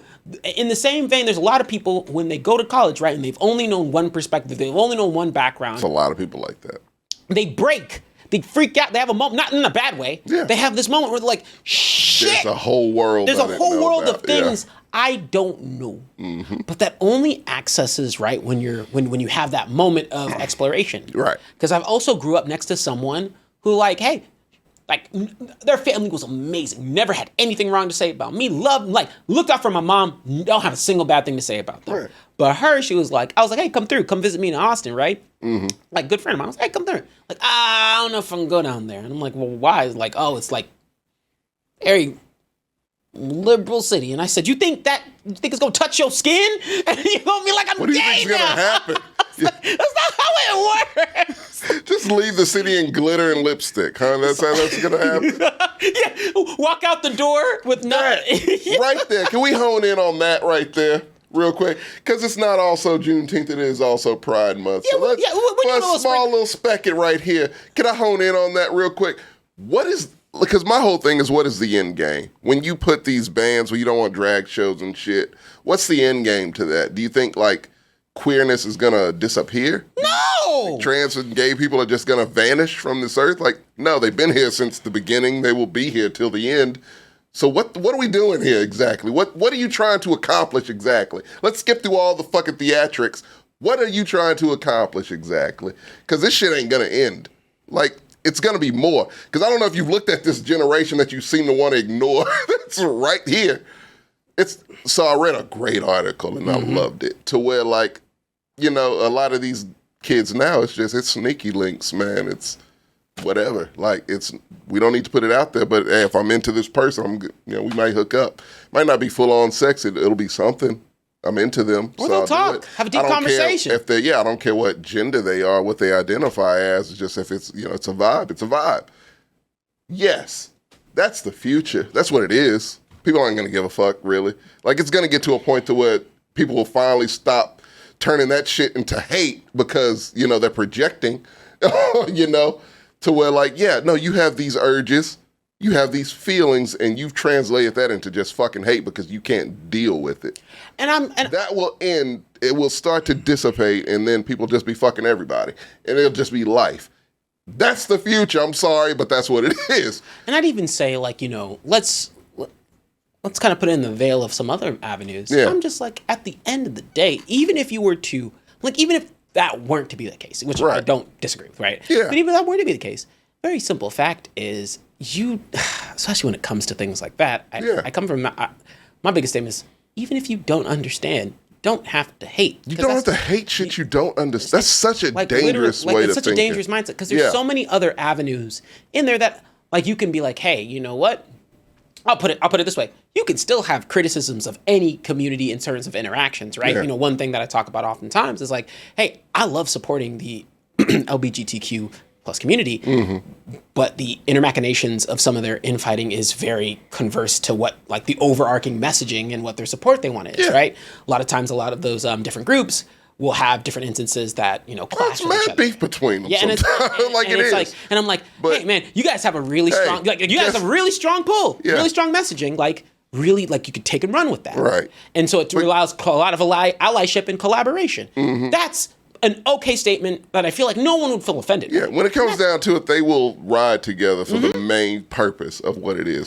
Whatever infight, that's no different than every other minority. And that's what I said. What I mean? And that's what I said. You can make commentary on those things, but you don't have to hate. Because at the end of the day, like, No, and that's not an excuse either. That's not an excuse. People will try to use that shit for whatever reason. Like, no, that has nothing to do with you. The mainstream scope of it has something to do with you. Their shit is their shit. And our shit is our shit. Their shit is their shit. Like, there's things that are in-house and there's things that are out-house. Like, and I try my best to be like, hey, look, the whole purpose, the whole point, the whole thing of it, matter comes down to, remember, I look at things and, kind of this perspective. I'm like, look, to me, I'm not the judge, the jury, or the executioner. All I can do is spread love and be like, hey, like, look, I vibe with you every vibe with. I'm looking for shitty people. Like, I don't care what label, race, anything you want to be. I'm gonna call out anybody who gonna be shitty. But come at me correct. Don't think that gives you a pass, because some people will use anything as a pass. Like, oh, I'm black. Like I said, no, nigga, I'm gonna call you out too. Don't be putting us on the. That's why Kanye. I'm like, nah, dog, can't be doing that. But in the same vein, right? Like, all these, like, what's crazy? All these kind of things they've put in place to slow down that sort of pathway from happening, whether that's minority success, freedom of sexuality, all the kind of thing, have led to more things that they don't want. Yeah. And it's just a matter of, like, and on both sides, you just create a situation of downturn and oppression towards the people that you're trying to oppress, but then you also create situations where all these policies don't work anyway. No. And then now you have this maelstrom of foolishness that could just be absolved if there's more sit-down conversations about things that make sense, how we can access things, how we can make sure that our system is designed to accept and enable as many people as possible. Yeah. Do I think we'll ever hit a middle? Like, there's no society that can hit a middle ground where everyone's happy. No. But there can be a society where a lot of people are successful. You just have to try to pull the majority. And you just have to pull the majority. That's it. That's all we're trying to do. And a colorful majority. That's impossible. But yeah, no, we have to, it has to be a point where we have to try to pull the majority. And what we used to be to where we are now it's a big difference. But I know, do you have that second one I do. loaded up? So another thing that bothers me aside from racist liberals is people who have someone who's biracial in their family. Or just black. Or just black. Who married into it. And all the vile shit they've ever said or thought in life, apparently, and still think, apparently is okay now because they have this past. Because this person who's now a member of their family is black. And more so when it's like a biracial kid comes in, out of it is the main thing. Because now you have a direct link. You have a blood link now to someone who is also and something unlocks in their brain where like, oh, black. Kid's cute. Adorable. Great hair. All that shit. They usually have great hair. God's Photoshop was always the thing that stuck in my. Someone said that about biracial people, and that's stuck in my head forever. But it's hard to fuck that up. No, it's like it's really it's just funny because the babies usually do come out with like they come out damn like near these perfect. froze, Yeah. like froze. Just Like, dang, I take years before I get that. Fucking cherubs, it's ridiculous. But no. And that's true. And that's one thing I always tried to get across was like, I've known biracial people who are like, I fucking hate my mom. She's done racist shit to me. She's called me the N-word before. Because she was just fucking pissed one day, this, that, and the other, and acted like it was nothing. Those things stick.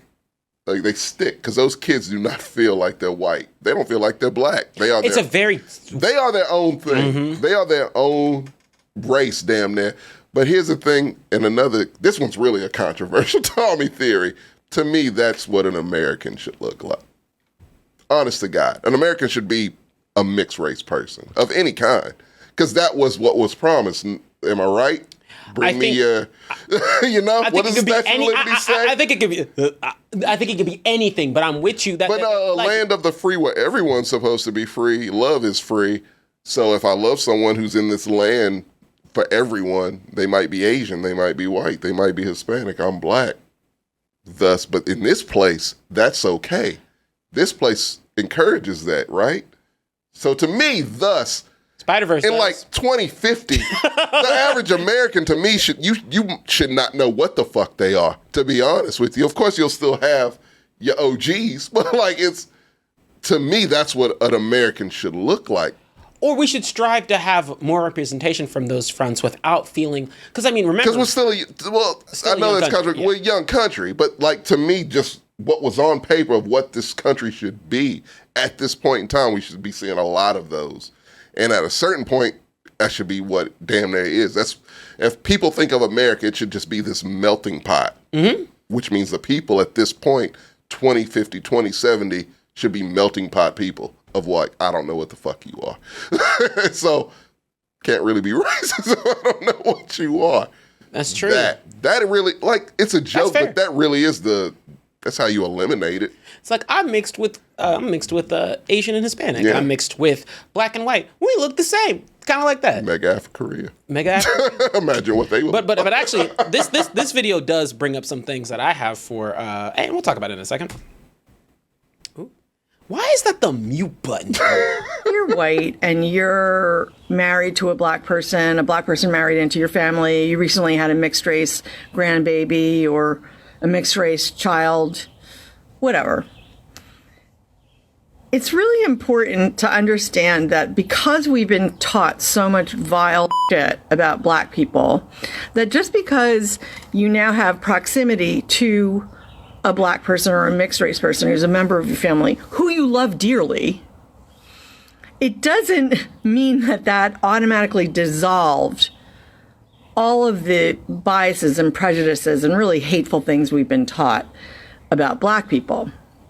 Just because if I'm a white woman and I marry a black man and I have a mixed race daughter, just because she came out of my JJ and I love her dearly, doesn't mean I can't inflict harm based on all the things I've been taught up until that point. So please unlearn and relearn. And educate others. Educate us. So can I get my little soapbox here for 2 seconds? 2 seconds.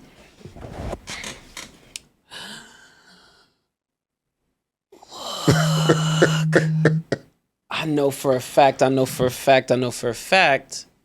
there's some people who are like, how can I be racist? My husband's black. No, you can't. Mm-hmm. You can't.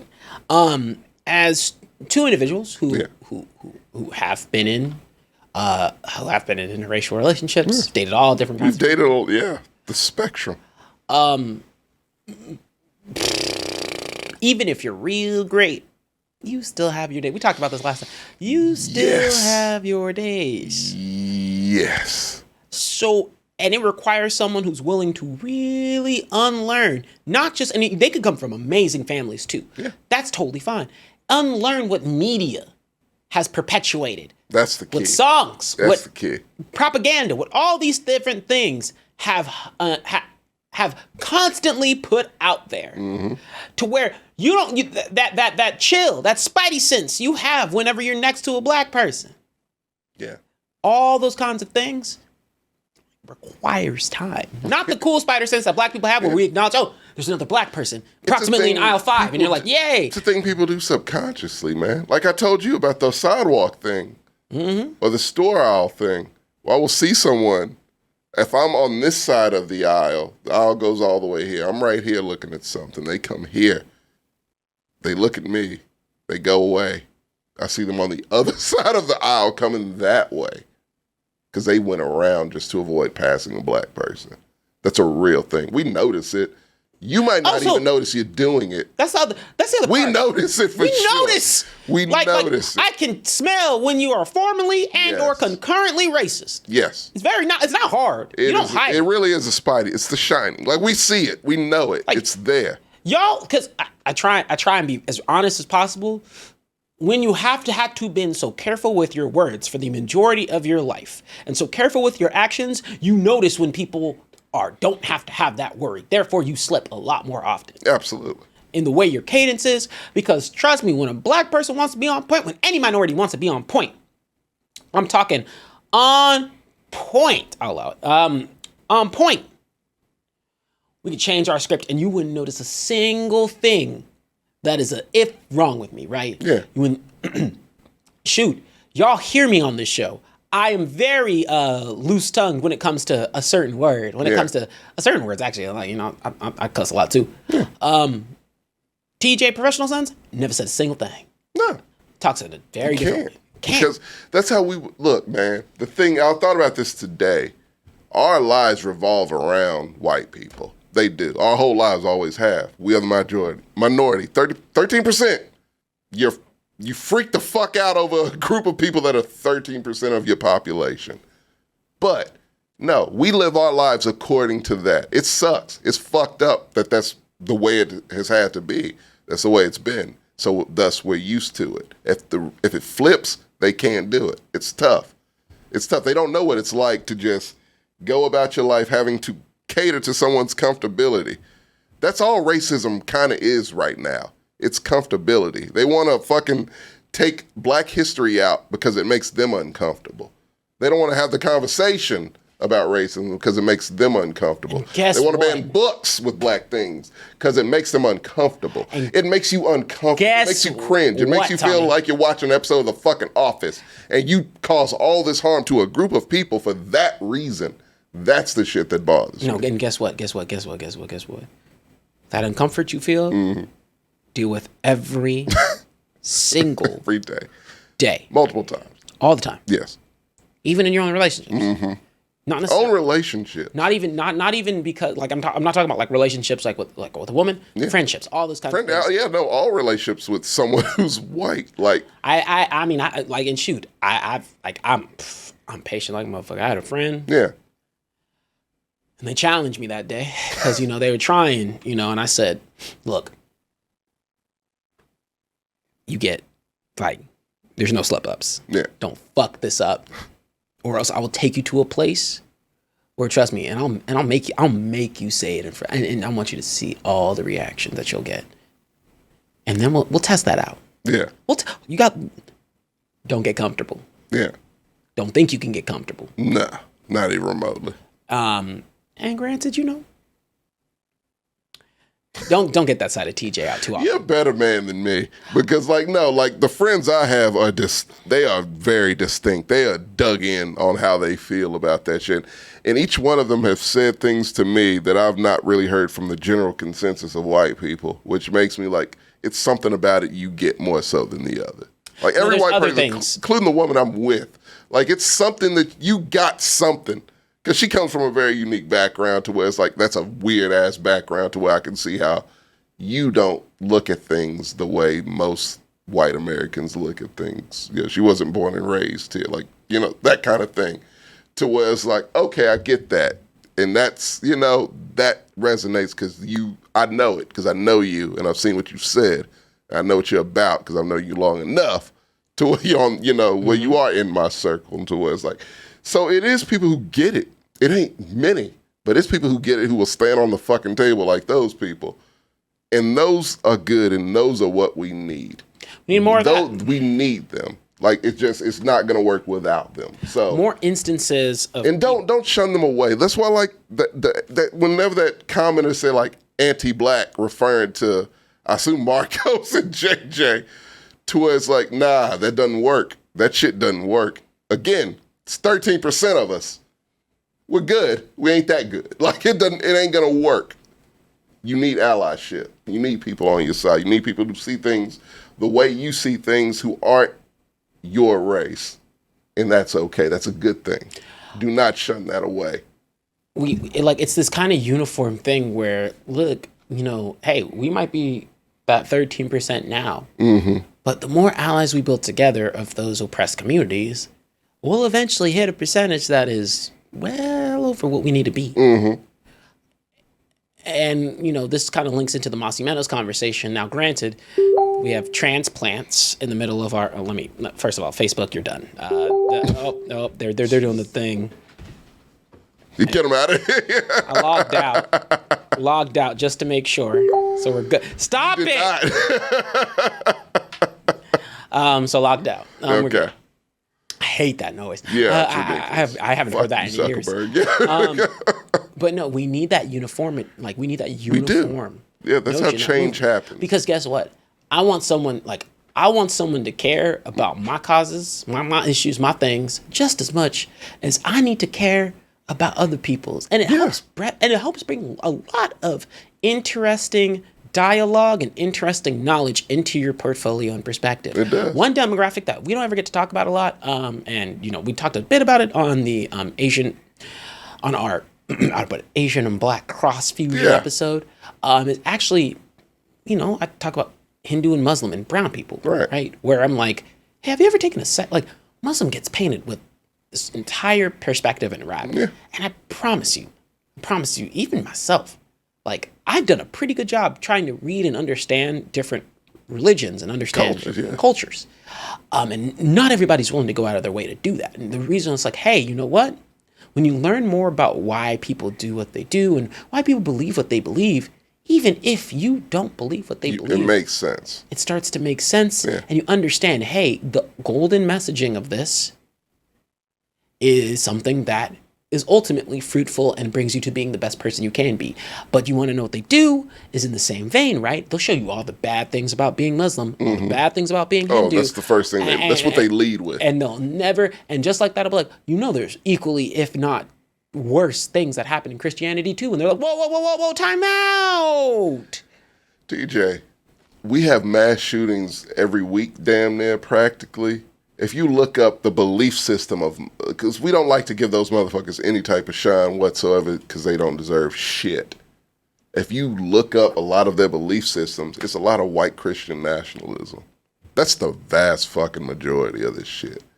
No one ever mentions it. No one brings it up because they ain't the bad ones. No, you got to be brown or black.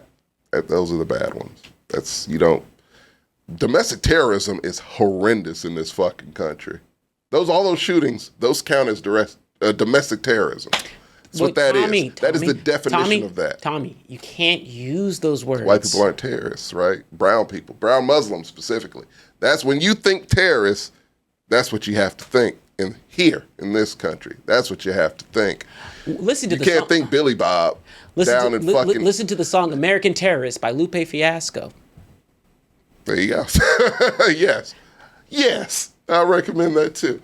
Like, doesn't talk about it. They're not even brought up in the sense of being a terrorist. Lone wolf, bad apple, whatever the fuck. That shit. No, because that's this country. To me, media does not get like the spotlight put on it the way it fucking should. Negatives are highlighted, goods are not. Shapes how you think. Shapes how we've all thought. Every person in this fucking country. I used to want to be a cop when I was like 10. Why? The Lethal Weapon, Die Hard, all those fucking movies that the cop was the hero. Beverly Hill Cop, Rush Hour. Bad Boys, Rush Hour, like that. They were the heroes, right? They were the fun ones. They solved the crimes. They were the good guys, the perpetual good guys. No, they kill black people on occasion.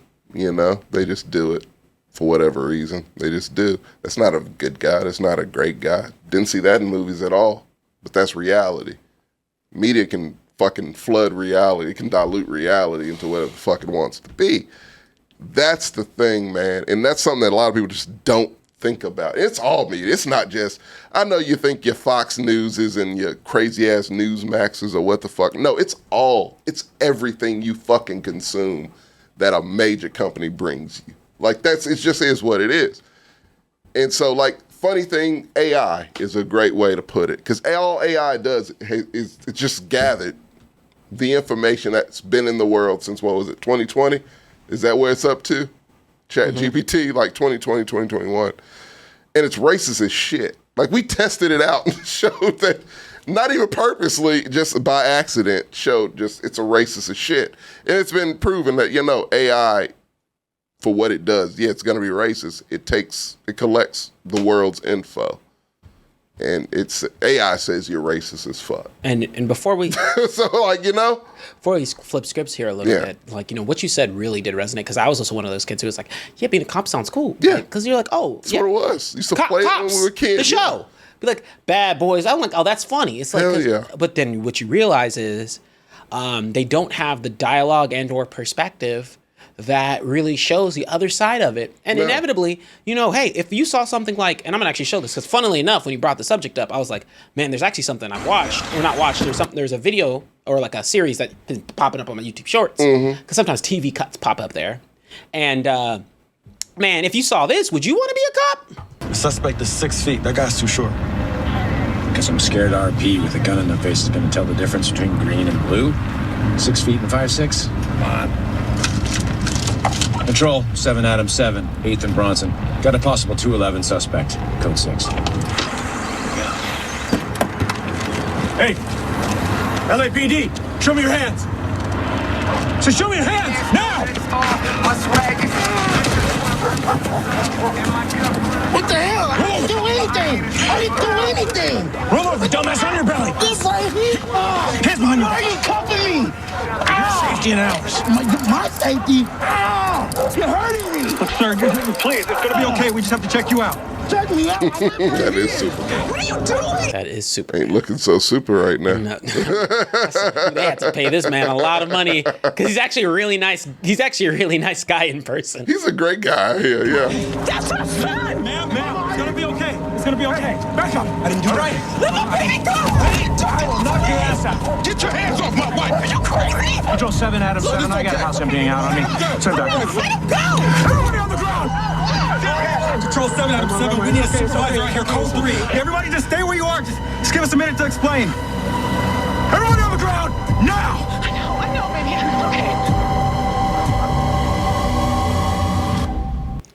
baby. Okay. Yeah. Commercial. Would you have wanted to be a cop if you watched that? Fuck no. I was like, that would be the way I am right now if I had watched that. First of all, I don't co-sign a lot of cop shows. Yeah. Man, these clips make you hate this motherfucker. I'm talking, like he plays it really good. You see the look in his eyes? I'm like, that nigga, man, he loves like. I feel like that's one of the most accurate portrayals of a cop. He said, "Oh, it's way too many black people." Yeah, I'm afraid. Yeah, go. We got a bunch of them. Everybody get on the ground. Yeah. And like he to put in like, I don't want to, if you watch this, hey, good on you, and like I'll put it in perspective where this eventually gets to. Like he let like the black cop is so the one that's there, like basically he's like, man, this guy's right. We got to fit that, and he gets to the point to where the black guy takes a beating just so he can show that the white cop's racist. Like turns on his camera. It's a whole thing. It's actually very interesting. Okay. Man, when I say they make you hate this motherfucker, I was the only episode he's in? What's up? Is this the only episode? No, he's a whole arc. Oh my god. He's season 3's arc. Oh my Tommy. god. So he's a villain of the season. He's a villain. Okay.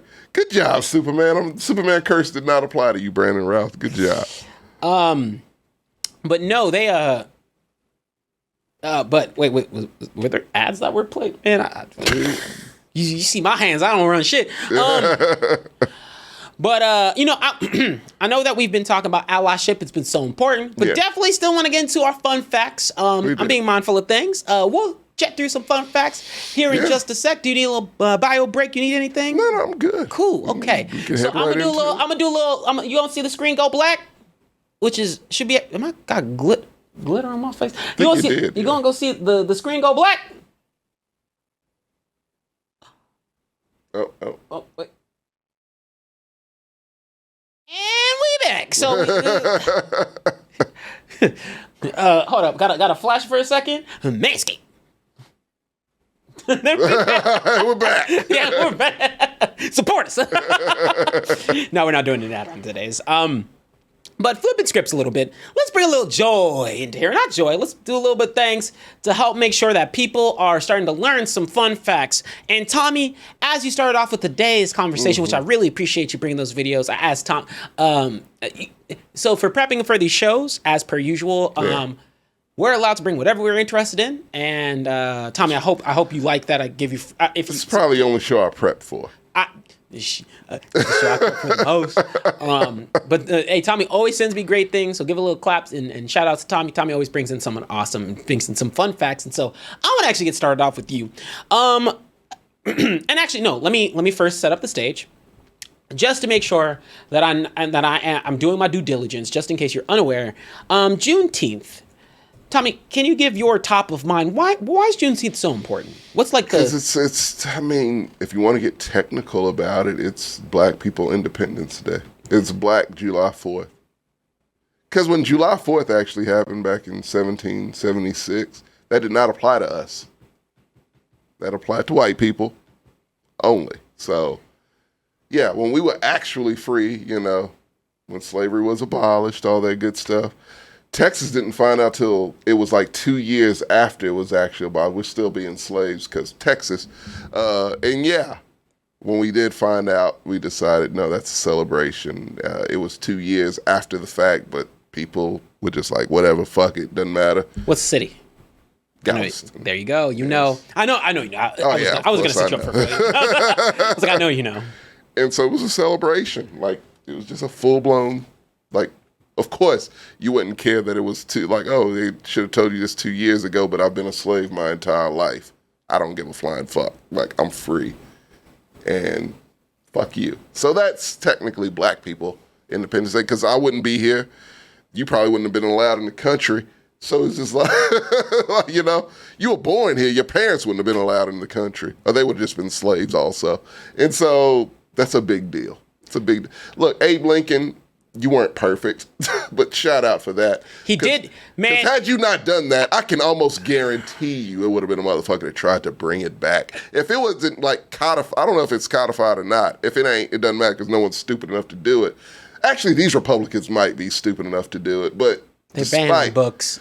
They're banning books. They Black. definitely, absolutely. If slavery, I told him that if slavery was still on the books, they would try to bring it back today. This group would absolutely try to bring it back today. The fact because they're desperate. They're fucking sad, pathetic fucking people. And the fact Abe Lincoln, with all his reservations, he didn't want to do it, but he did it. Thank you. And I will give a shout out here. One thing you mentioned there is, one thing I wanted to highlight is, now as Tommy gave us a nice brief recap of Juneteenth, do not forget that Juneteenth is known by many different names. It's Juneteenth National Independence Day, Emancipation Day, Freedom Day, Jubilee Day, Black Independence Day, and Juneteenth Independence Holiday. And it's commemorating the end of slavery. Yeah. That's why it's important. In the very last place, which was here. And of course, on this day, it wasn't really brought up and elevated to being a federal holiday until, as I mentioned before, 2021. And now that it is, we have to do our due diligence to make sure that we do our best to celebrate Blackness, highlight that Juneteenth is important, it's a day, and make sure that people understand we're making up for lost time. Shit, I wanted to say, okay, you know what? We can't, hold up. We can't change Pride Month. But I'll be fine if we say, hey, you know what? July ain't got shit going on. It's not a holiday in July. Make July Juneteenth catch-up days. Yeah. We'll do it like investing, right? You owe us multiple days. Fuck it, we can move Black History Month till July. Hell yeah! Can we make a barter? Can we make a barter and trade? Can we make a barter and trade with probably like, hey, can we have Black History Month in June? Mm-hmm. We'll flip Pride into July. Try and do something. We'll do a little trade. Oh, I mean, if Pride was in July, you have all of July. It is true. Which you deserve. You deserve a month where there's nothing else crossing over. Because it seems like June is just a month they were like, give people we don't give a fuck about their due in June. No one cares about June. No, fuck that. You get a whole actual month like with slaves and no gays? holidays at all. No, fuck that. Within July, if Pride got moved to July, give them an actual day. Gay people, the LGBTQ community deserves a Pride Day. Matter of fact, fuck that noise. How about every 2 weeks we have a day? We have a trans day. We have a gay day. How about we do that? Florida would blow up. Like, how about we do that? It would implode. Oh, it would just you'd be like, damn, it just disappeared off the map. He would pull a Tomlin, just step on the ledge and just fall. He would give.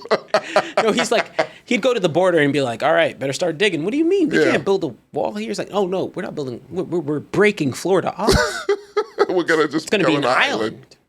But with that, one thing I wanted to start off with was actually the relation. Did you know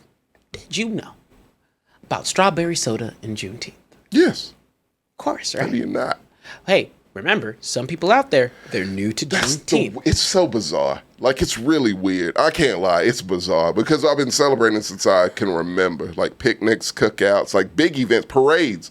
LaGrange is a weird fucking town. Like, we have a black mayor. I don't think she's a liberal. I don't know. But we've always had Juneteenth parades, which I was always shocked that they did. And they've done it. We have 3 this year. We had one last week. It's one this week. And there's one actually on Juneteenth. And so, yeah, and people come out, white people come out for it. Like, it's a thing. People bring the family. Like, it's a whole thing. It's a weird little community I'm from, but yeah. Like, so it's always been a thing to me. And for me, right, I was more new age. Yeah. So I learned a little bit later because I was in bumfucking little Texas. And Juneteenth was a thing, but not in my town. Yeah. But, one thing that we call out is the fun fact about strawberry soda is basically, in summation, strawberry soda, along with other red foods and beverages, is important as highlighting the bloodshed of slaves and pays homage to their sacrifice in order to, that led black people, African Americans, to the freedom that we have today. Hence why, if you didn't know, red foods, strawberries, strawberry soda is super important. Red foods in there. Red velvet cake is a big Juneteenth thing. Actually, it's about the same thing. Yeah. Remember last year whenever we had our conversation, we talked about Juneteenth, or whenever we talked about Juneteenth products. I don't think it was on our annual. Yeah. We did go into the fact that there are stores that had Juneteenth ice cream. The flavor was red velvet. Yeah. I mean, my aunt makes like 5 red velvet cakes every year for Juneteenth. She just keeps one for herself and gives the rest to certain people.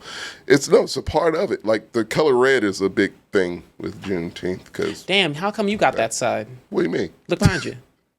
Oh, the Juneteenth color. Yeah. We changed the curtains just for the show. Yours almost looks black if you turn one of these lights off. Yeah, if you squint, it's black and red, baby. That's all we do here. Yeah, we're just missing. Oh, well, green works too. Actually, green does work. We represent Juneteenth 24/7. We got all. We got the black. We got the red. Actually, we do. We the have table's pitch black. So it's black, green, and red. We are we're doing black. it. So there you go. High five. Hey. Yeah, black. All right.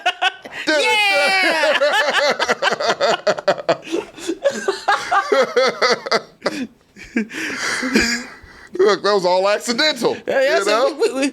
we didn't. We're unintentionally just so faithful. This whole thing works so well. It's a Mexican flag and also works for Juneteenth. We love the excellence, minority excellence. Yep. Hear us out. But with that, tell me. Yes. What is your fun fact, and it can be commonly known, not commonly known, that you'd like to share? Doesn't have to be Juneteenth related, just have to be black. It is kind of Juneteenth Go ahead. related. And it ties into Juneteenth. 1 second. Spotlight is on you. Okay. So my favorite thing is, fun facts people don't know. So, like, looking at the landscape we're in now, looking at racism and black people and white people, how they interact in this country for as long as you can remember, it's always been the same way. It's a bit of contention. Wish we could have the conversation. Yeah, right. Wish we could have the conversation. One side doesn't want to. Yada, yada, yada. So when slavery ended, which is what Juneteenth is based off of, that came Reconstruction. Reconstruction era. After post-Civil War, what are we going to do now? Slavery's abolished. People were confused. For sure. So they went by the law, because what else could they do at that moment in time? So you go by the law. Black people are now same as white people. Same rights, same everything. That's what the law says. This all came on us so suddenly, and this is just what we are now. So there were black towns, black businesses, black banks, black congressmen, senators, all of that. It was what we always kind of dreamed of. That's what we wanted. It was actual equality. It was, in American history, that may have been the most equal time that ever was when it comes to black people. And as time went on, we got Jim Crow, all those Jim Crow laws, just the voting, and then our land was just taken because there was a law that was made that made that okay.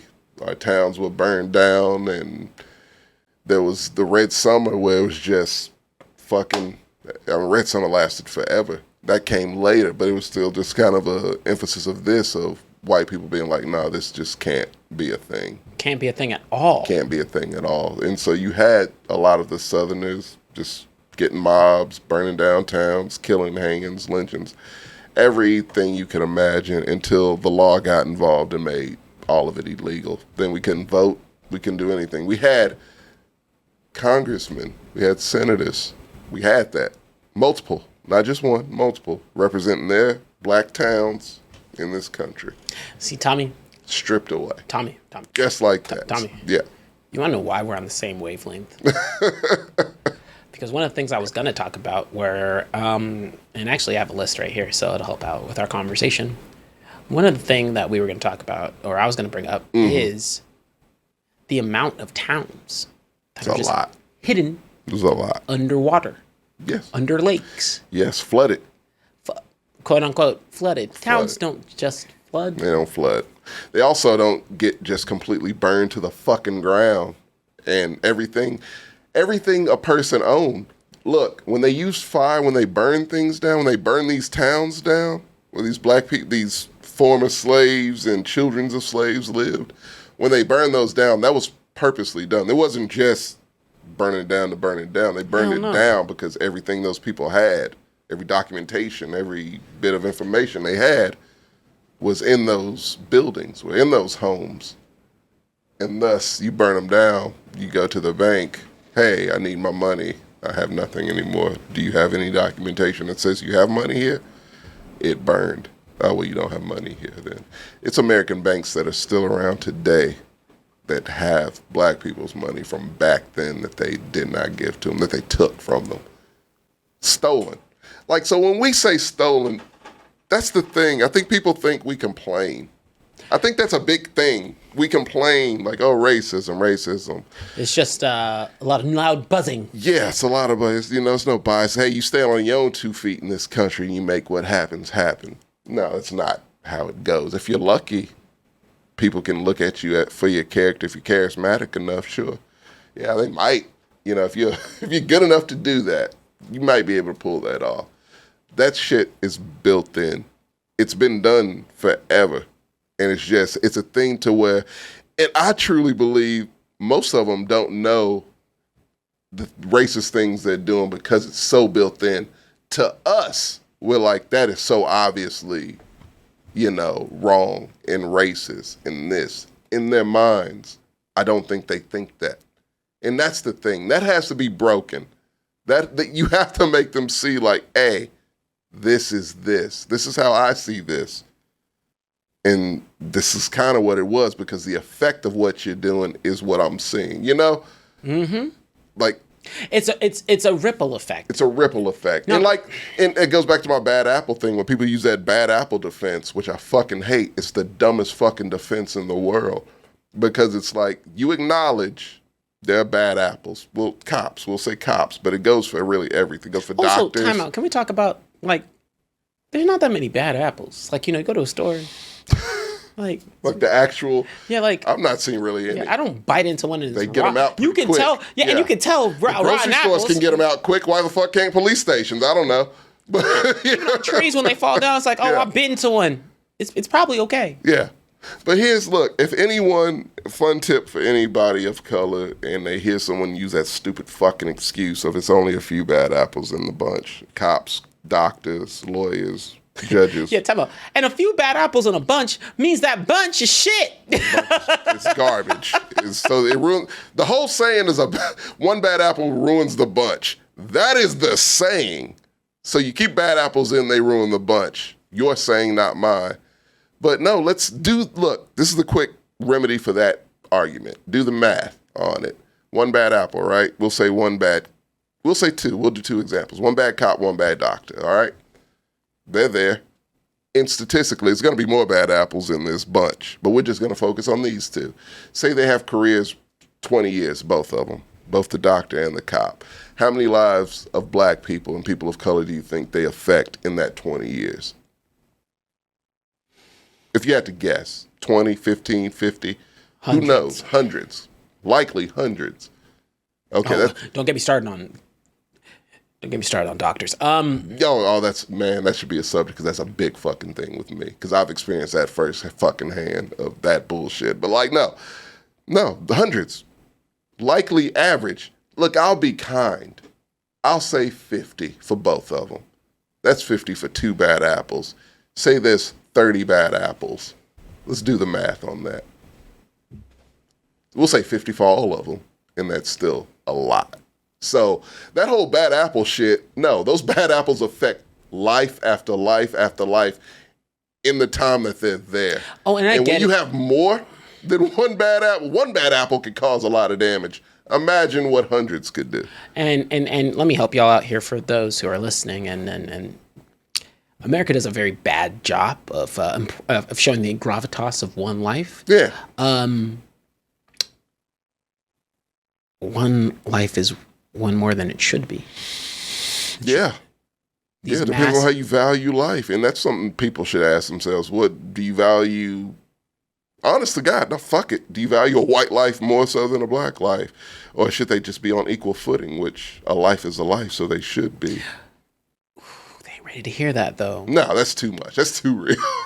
That's too real for them. Flipping back to something you had mentioned and that I was alluding to, wanted to showcase that literally there's more. There's tens and 20s of and like probably, to be honest, judging off history, maybe 100. Oh yeah, different towns that were just erased, vanished off of fucking maps. To give an example, we know 2. There are 2 that people know. That's Black Wall Street and that's Rosewood. Oh, don't worry, I'm gonna go over a couple. Yeah, it's far more than that. We have Oscarville, Georgia. Lake Lanier is a popular Lake Lanier is the third, is a popular destination for fishing, boating, and so much more. The entire area reputation is deemed haunted in Georgia.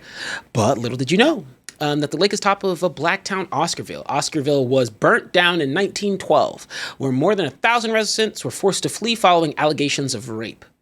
Robert Edwards was arrested in September 1912 alongside Ernest Knox and Oscar Daniel, both teenagers accused of raping and murdering a young white woman named May Crow.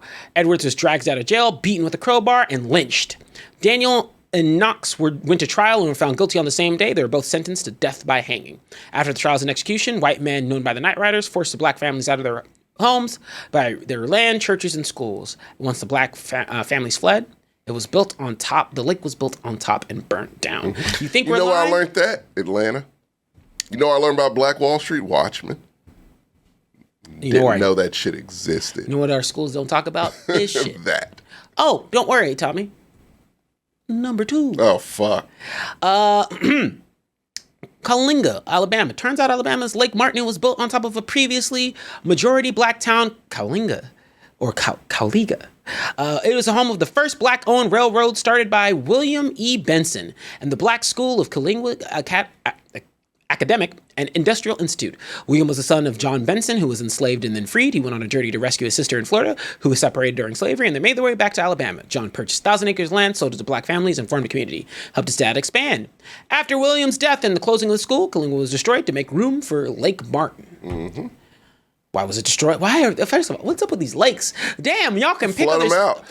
I mean, look, if you're trying to erase a town, that's the best way to erase a town. Of course flood it out, make it a lake, call it a day. Don't talk about it. There you go. Don't worry, Tommy. We got 3. Oh, I have no doubt. We have Seneca Village in New York City. Seneca Village began in 1825, and at its peak, it spanned from 82nd Street to 89th Street alongside the western edge of Central Park in New York City. By the 1840s, half of the African Americans who lived there owned property and rate 5 times higher than the city average, as reported by Timeline. In 1857, Seneca Village was torn down for the construction of Central Park. The only thing that remains is a commemorative plaque dedicated in 2001 to the lost village. What they tell you is the only thing that remains is the plaque. What about the families that had 5 times New York rates? 5 times the rate than the city average. Yeah. But guess what? You Central see Park's how real big pretty. Central Park is? Central Park is an entire section of New York in and of itself. And people just think it's just a part, not knowing there was an entire village there. And you can, and if you haven't gone to Central Park, I was just there. Yeah. If you've gone to Central Park, you'll realize how big it is in person. It's ridiculously big. Like, people see pictures of it, and because I didn't know until someone really just broke it down. It's like, look at the pictures, do scale on it. Like, you will get lost. Like, people get murdered and shit in Central Park, and no one discovers them for days. Like, it's huge. It's a national park down there. Like, it's that big. Well, don't worry, Tommy. Didn't have to be. Could have kept the village there. Could be really. Susanna, Alabama. According to Alabama alone, more than 900 bodies were moved from cemeteries before the land was submerged and flooded by Lake Martin. The town was once included a gold mine, a school, 2 let me back this up. How are they flooding this so easy? How do you just build? Are there just rivers that they just have? You have to go out of your way. To flood an entire fucking town, man. You have to want it. You have to really desire and truly want that shit. You have to truly want a whole group of people to suffer for you to fucking flood them out. Because like I said, no, flooding out of town, as far as like history goes, the best way to eliminate something from history. Because there's nothing there. It's water. And on the map will show water. It will show nothing else. And if no one says anything, no one knows. And they won't even put a little extra blurb on Google Maps. It's just water. Don't have to. Actually, you know what? Why do you think we're talking? Hold up. I got you right now. Lake Martin, Alabama Reservoir. Look at it on a map. Show you right now. Oh, damn. Serenity just figured out Seneca Park 2 days ago. Yeah, no, like. No, look. It's right crazy. Yeah. Where does that mention anything about? Oh, wait. Hey, time out. There's a Bayou Lounge and Paradise Bed and Breakfast. Oh. All around what was used to be a black whole town. owned town. And guess Because that's what? the thing about maps. This is huge. Even like ghost towns might end up on a map. That's the thing. If it's a remnant of anything, it might end up on a map. The one thing that will not end up on a map is something underwater. It just won't, because it's water. So, no, that was strategic. Like, people think they were just wilding out, white people. No, it was strategic when they flooded towns out. It was strategic when they had planes drop bombs on actual towns. Cropping planes, dropping fucking dynamite on a town because they wanted to kill everyone. It wasn't a thing of scaring, but no, they wanted to wipe them the fuck out. And they wiped a lot of them out. It's not a lot of survivors of these things, man. Like, it's really not. Like, we think it is. Like, Black Wall Street, we would assume, hundreds, thousands of survivors. No, it wasn't a lot. It's very few. And so, like, the thing about it is, no, it was so intentional. It was so thought out. It was so methodical. And history will show, if you even get a glance of it, they got angry one day and decided to flood a town out, or bomb a town. Like, no, that wasn't. They wanted them erased from fucking history. They wanted them gone. They hated them so much. Why do you think America's so comfortable with mass shootings? They've been doing mass killings. Oh, that's what it's that European in them, man. Like, that's just what it is. The most violent continent in the world. Shout out England's like, couldn't be me right now. Learn Europe's history. You want to know where the birthplace of fucking war is? It is Europe. Europe, not only the birthplace, they fucking evolved it into, like, that was their hobby. That was a sport in Europe, like going war. They used to love going into ethnic communities, fuck it up, and then leave them without the resources to figure out the principles. Now, we will have a conversation on African history one of these days. I was about to say, you want to say Africa has a bunch of conflict and war. You want to say South America has a lot of conflict and war. Get the fuck out. No, Europeans just hate each other. They have to hate fucking something. That is the core. It's just they have to hate something, and they have to want to annihilate and eliminate something. It's like, actually, you know what? It is fucking crazy to me. Tommy, would you be okay if I really dunked in on a Africa topic one of these days? Oh, please. Because I love learning about the motherland, man. I'll sit here and educate y'all. Yeah. But last but not least, we have Vanport, Oregon. Vanport was the center of a booming shipyard industry during World War II and quickly became the second largest city in the state. But World War II saw white males drafted overseas. The labor shortage pulled a great migration of blacks from the South. When soldiers being drafted overseas to fight in the war, Oregon saw a labor shortage that resulted in the great they repeated the same sentence. The new workers needed places to live. The Albany neighborhood was the only place black people could live legally. It became too small for the growing population of black Americans, and Vanport was built as a temporary housing solution. At its peak, 40,000 residents, and over 40% were African American. But 1948, massive flooding erupted in the neighborhood, and city officials didn't warn residents of the dangerously high water levels. Many didn't evacuate in time. The town was wiped out within a day. 18,000 families were displaced. More than 1/3 black. Today, the area is known as Delta Park. No, but if you look at a map, there will be no sign of Vanport whatsoever. These are whole towns, man. These are whole fucking what you're imagining, towns. like, yeah, these are towns. These aren't a building. It isn't an apartment complex. Multiple buildings. It's a town. It's an actual town. These were towns. Black Wall Street was a town. Like, there was a place with a lot of people and a lot of businesses, and it was ours, TJ. Like, the thing is, like, you didn't have to segregate us. We got it. We were like, we got it. We were like, look, you can't handle this. We're just going to go. We're going to get our piece. We need nothing from you. We're fine. They wouldn't let us have that. You wouldn't let us have that. Because peace of mind. You wouldn't let us have our own. Because we can't have peace of mind. Can't have it. Can't fucking have it. No one was bothering them. That's the thing people need.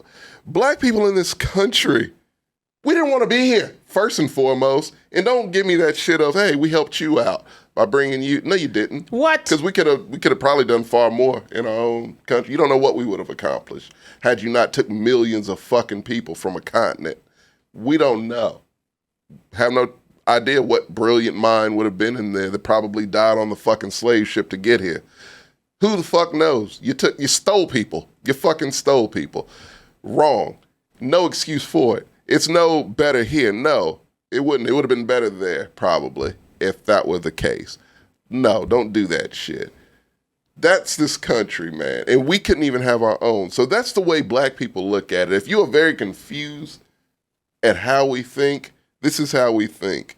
We were in a whole nother continent. You stole us. You brought us here. You tortured us. You made us into slaves.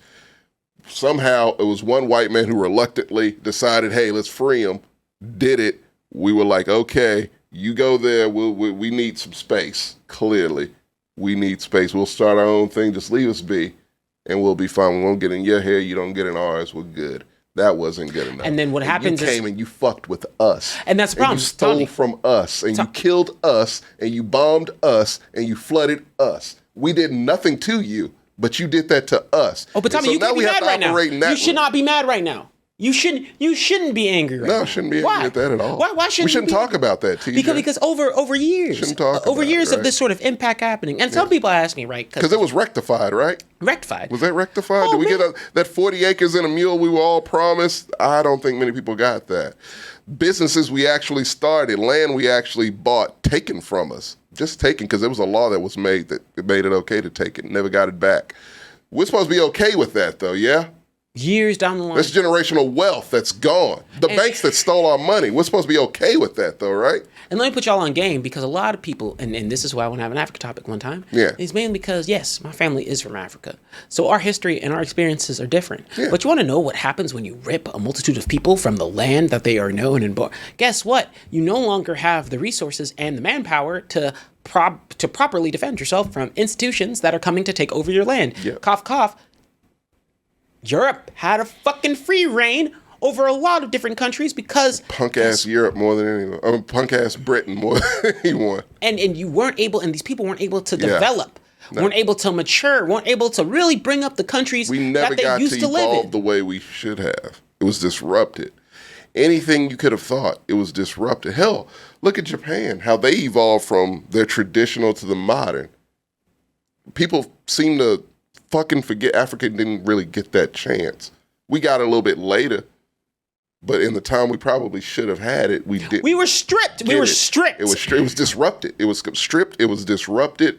It got fucked all the way up. It was so... How that impact, and people don't forget about that. You stole millions of fucking people from a country. Those would have been people who would have stayed there, had families, generations would have been there. You took that from a continent, from countries.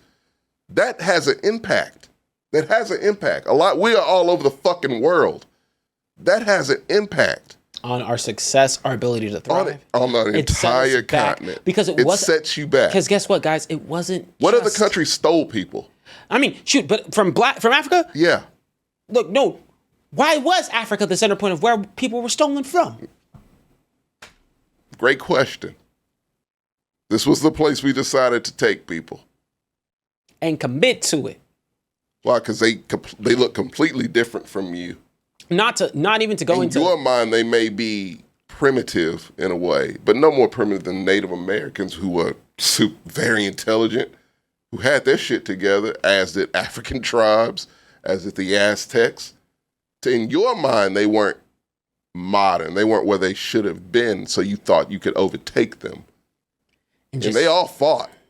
Don't get it twisted. They didn't go quietly. None of them did. And just steal them. And you stole and you murdered them and you planted disease and you just methodically erased people. That was the strategy. That's what the ancestors of white people did. Not you. Your ancestors did that. And it just is what it is. Like, they did that. And the thing about me, the defensiveness of when you say shit like that, like, I love that show where they put the celebrities on the show, like the Ancestry. It's on PBS. And I know every white celebrity that's on there, and he breaks down like, oh, yeah, no, they were a slave owner. Just, you can look at them and just see just the cringe. That's not you, motherfuckers. That's not you. You have no control over what the people did back in that day. You have no control over that. You have control over what you do. And that's about it. And the whole point... And so that automatic snap defensiveness, check that shit. No, because the whole really check that shit. The whole point with that, right, is, fucking, don't get me started on that. Heritage and all this bullshit, yeah. Like, yeah, no. look, your whole point is, guess what? You can learn that. Don't get it twisted. Yeah. Your ancestry, you know that. Yeah. There's a lot of people who don't. Shit. Yeah. Even I struggle with my shit. Everyone does. Like, it's like everybody does, unless you white, unless you're European, in which case I know my great 1700s. If I had a nickel for every motherfucker that was like, oh no, my ancestors never owned slaves. They were Irish, or they were too poor, and they were this and that. No, they did. They absolutely did. They did. And so just come to terms with that shit. That doesn't make you a bad fucking person unless you want to be. Like, no. When you start defending it, when you start defending that shit, when you roll with that defensive shit, that makes you a bad person. Right is right, wrong is wrong. Slavery is about as wrong as it fucking gets. I don't understand why this is a conversation. Yeah, it's no defense for it. It's no defense in celebrating it. It's no defense in standing up for it. It's no defense for having monuments for it. It was shit. It was you at your most shit moment. So you can celebrate it if you want to, but you look like a racist dumbass. And that's the way people see it. And you can't blame people for seeing it that way when they think the way I just broke down. You know? But when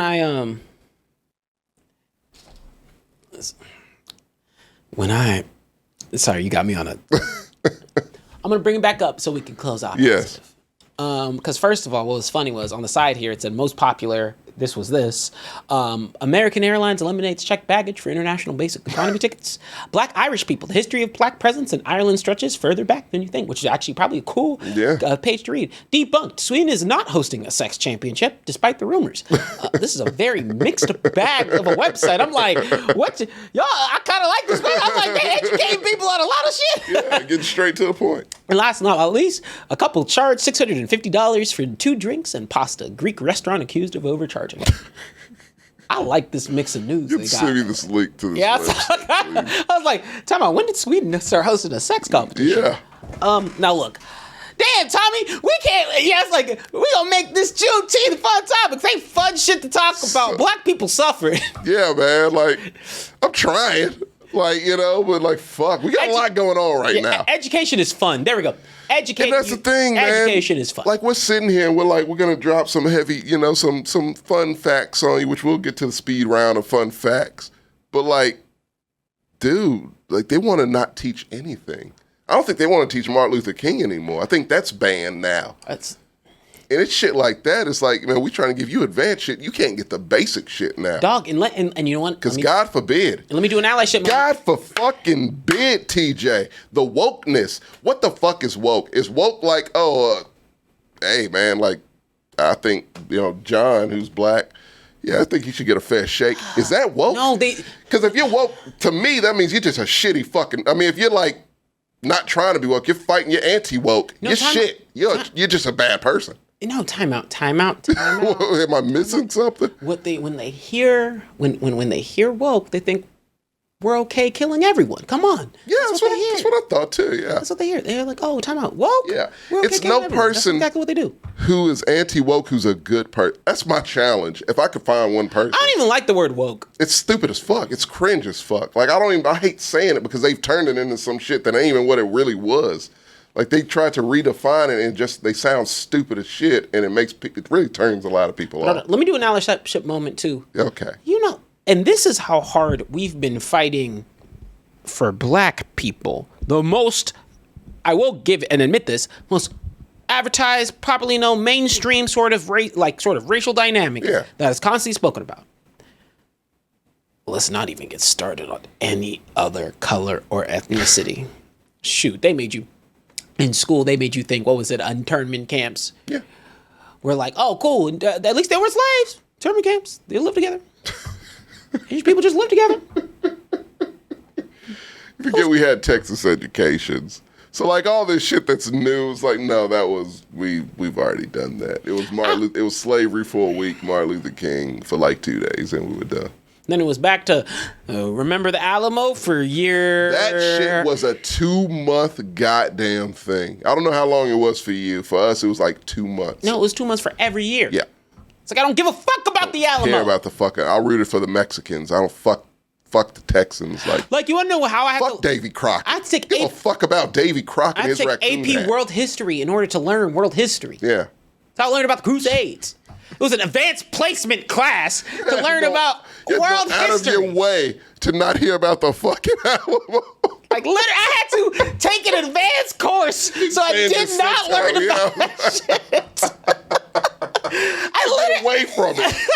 I literally had to press myself, say I'm taking an AP exam to get the fuck out of that. Y'all, they drill that shit into your head, and it's just like, I know it. I don't want to know it anymore. I get it. Or there's nothing special about it. It's nothing special. It's most of it's a lie. Because I'm like, guess what? Sure, you want. They were wrong. They were in the wrong. Like, it's like y'all wanted the Mexicans weren't in the wrong. These motherfuckers, Davy Crockett, Bowie.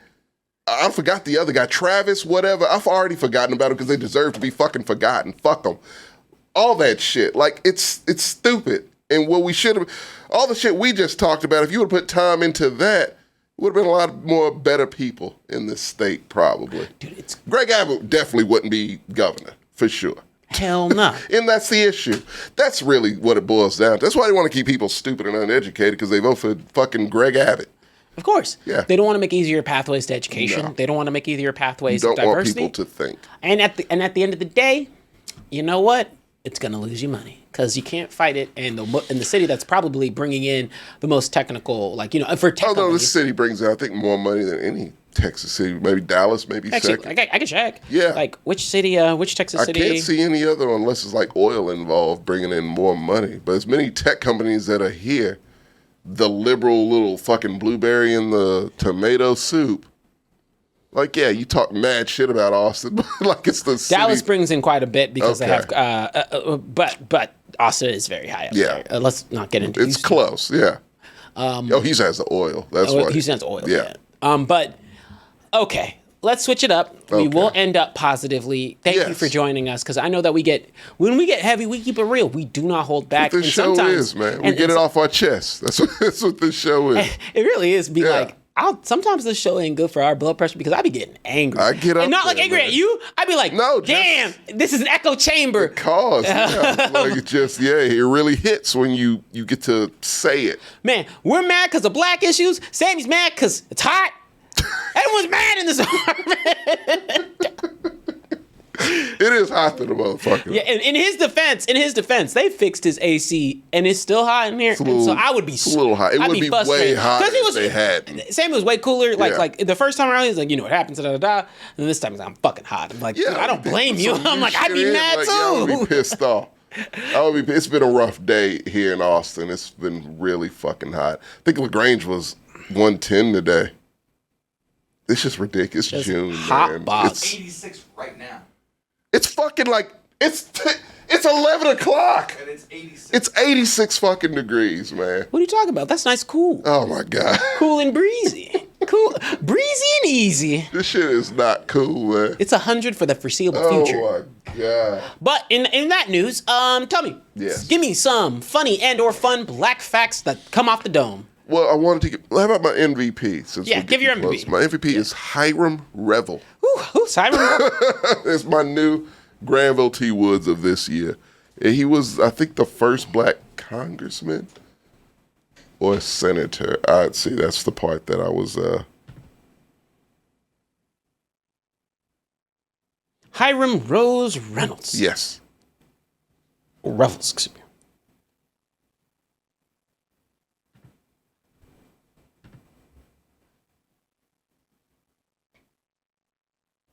He was the first African American to serve in the U.S. Senate. Yes, there you go. From 1870 to 71. Mm-hmm. What made you sing his praises? Because that period of time that I would really like people to look into. I really do, because it's a time that no one does. It's probably the most untaught time, at least for black people, that exists. Because it took a while for me to even think about it. It was like, what happened to black people directly after slavery? It's in no way it could have been the lynchings and the violence and all that right away, right? And sure enough, I was right. It wasn't. It took a little bit of time. But within that small period, we did a lot of shit, which getting elected to the Senate was one of them. And Hiram was the first to do that shit.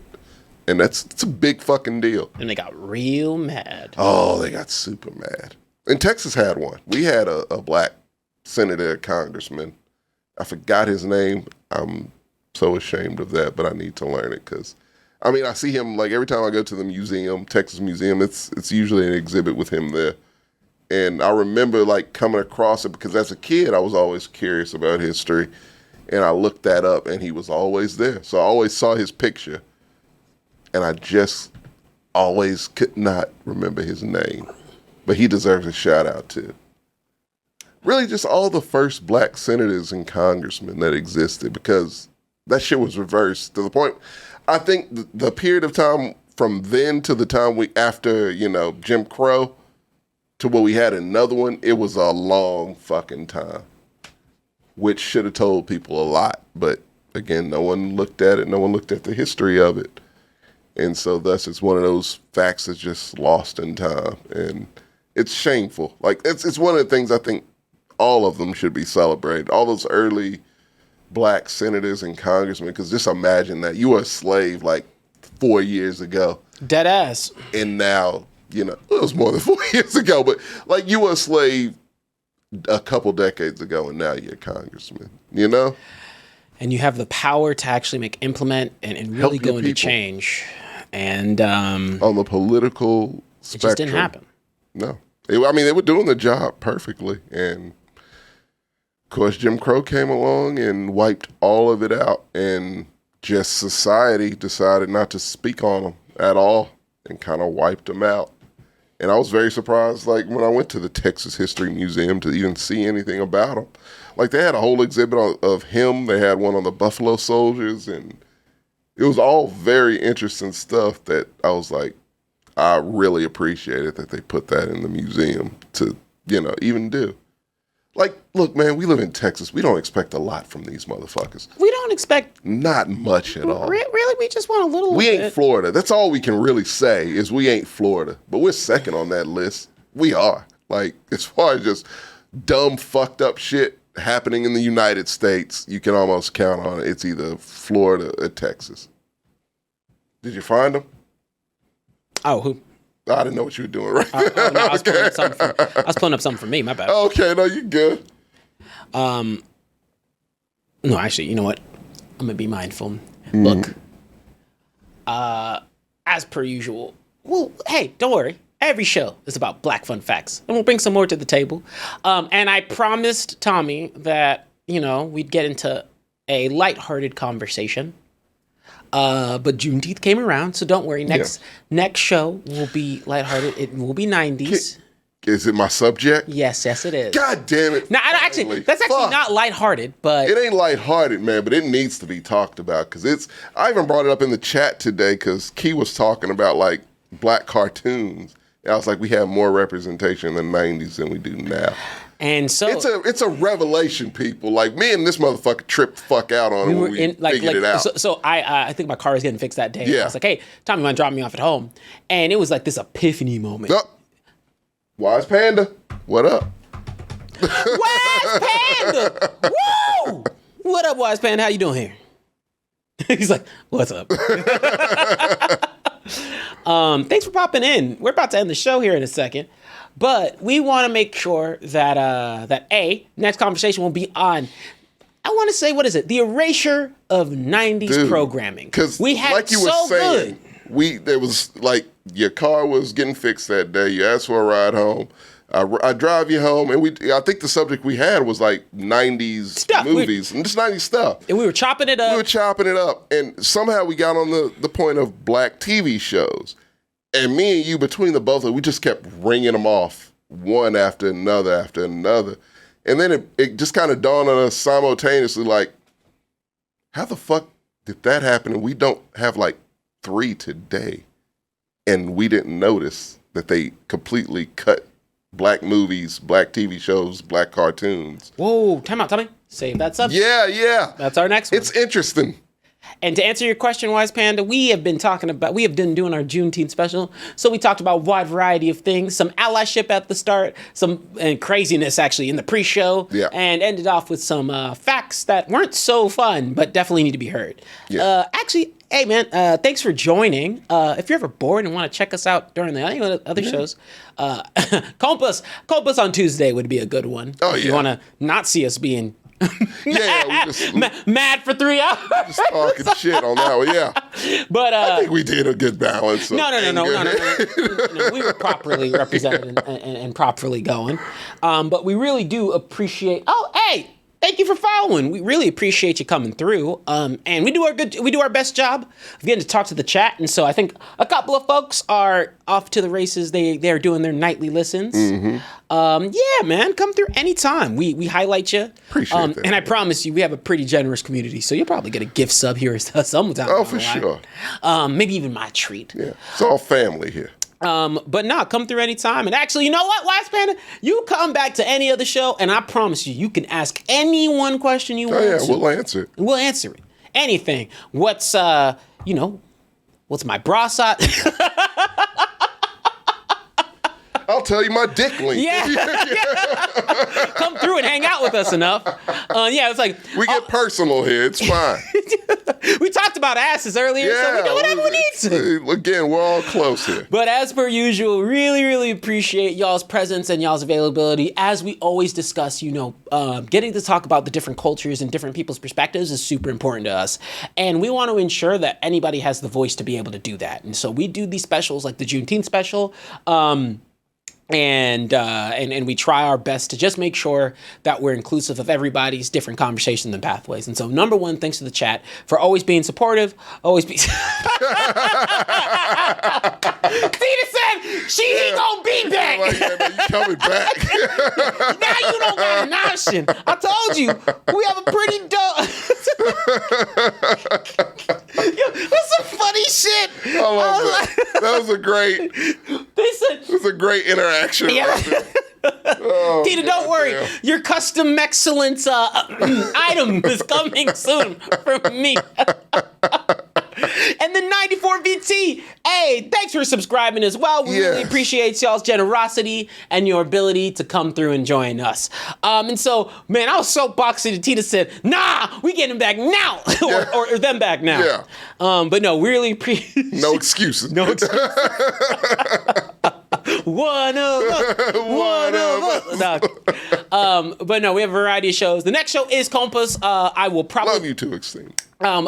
Compass, I will probably be on that one since I have to show my face a little bit more because I let y'all guys run wild. Going to the French Riviera this weekend? I'll be home. Okay. And then the week after that, I think we're doing Anime Excellence next week. And so we have our anime show, some Compass. If you come to Compass, I'm probably going to be talking about some random shit because I'm in a good mood. That's what it is. That's what the show is. And then on our next topic in terms of the Blaxcellence, as we mentioned before, some 90s fun shit. So come through, let us know. As always, thanks you guys for being so engaged. Really want to thank the chat. Can we call this the 90s Black conspiracy? I feel like that'll get you a lot more. Because it kind of is. Actually, it sums up with that shit, man. Now I have to do this. Join us. I wish I had to join us for the 90s. Join us for the greatest conspiracy in media history. Join us for the greatest conspiracy ever conceived in media history. Sold. I'm there. I'm already there. Where can I get my ticket?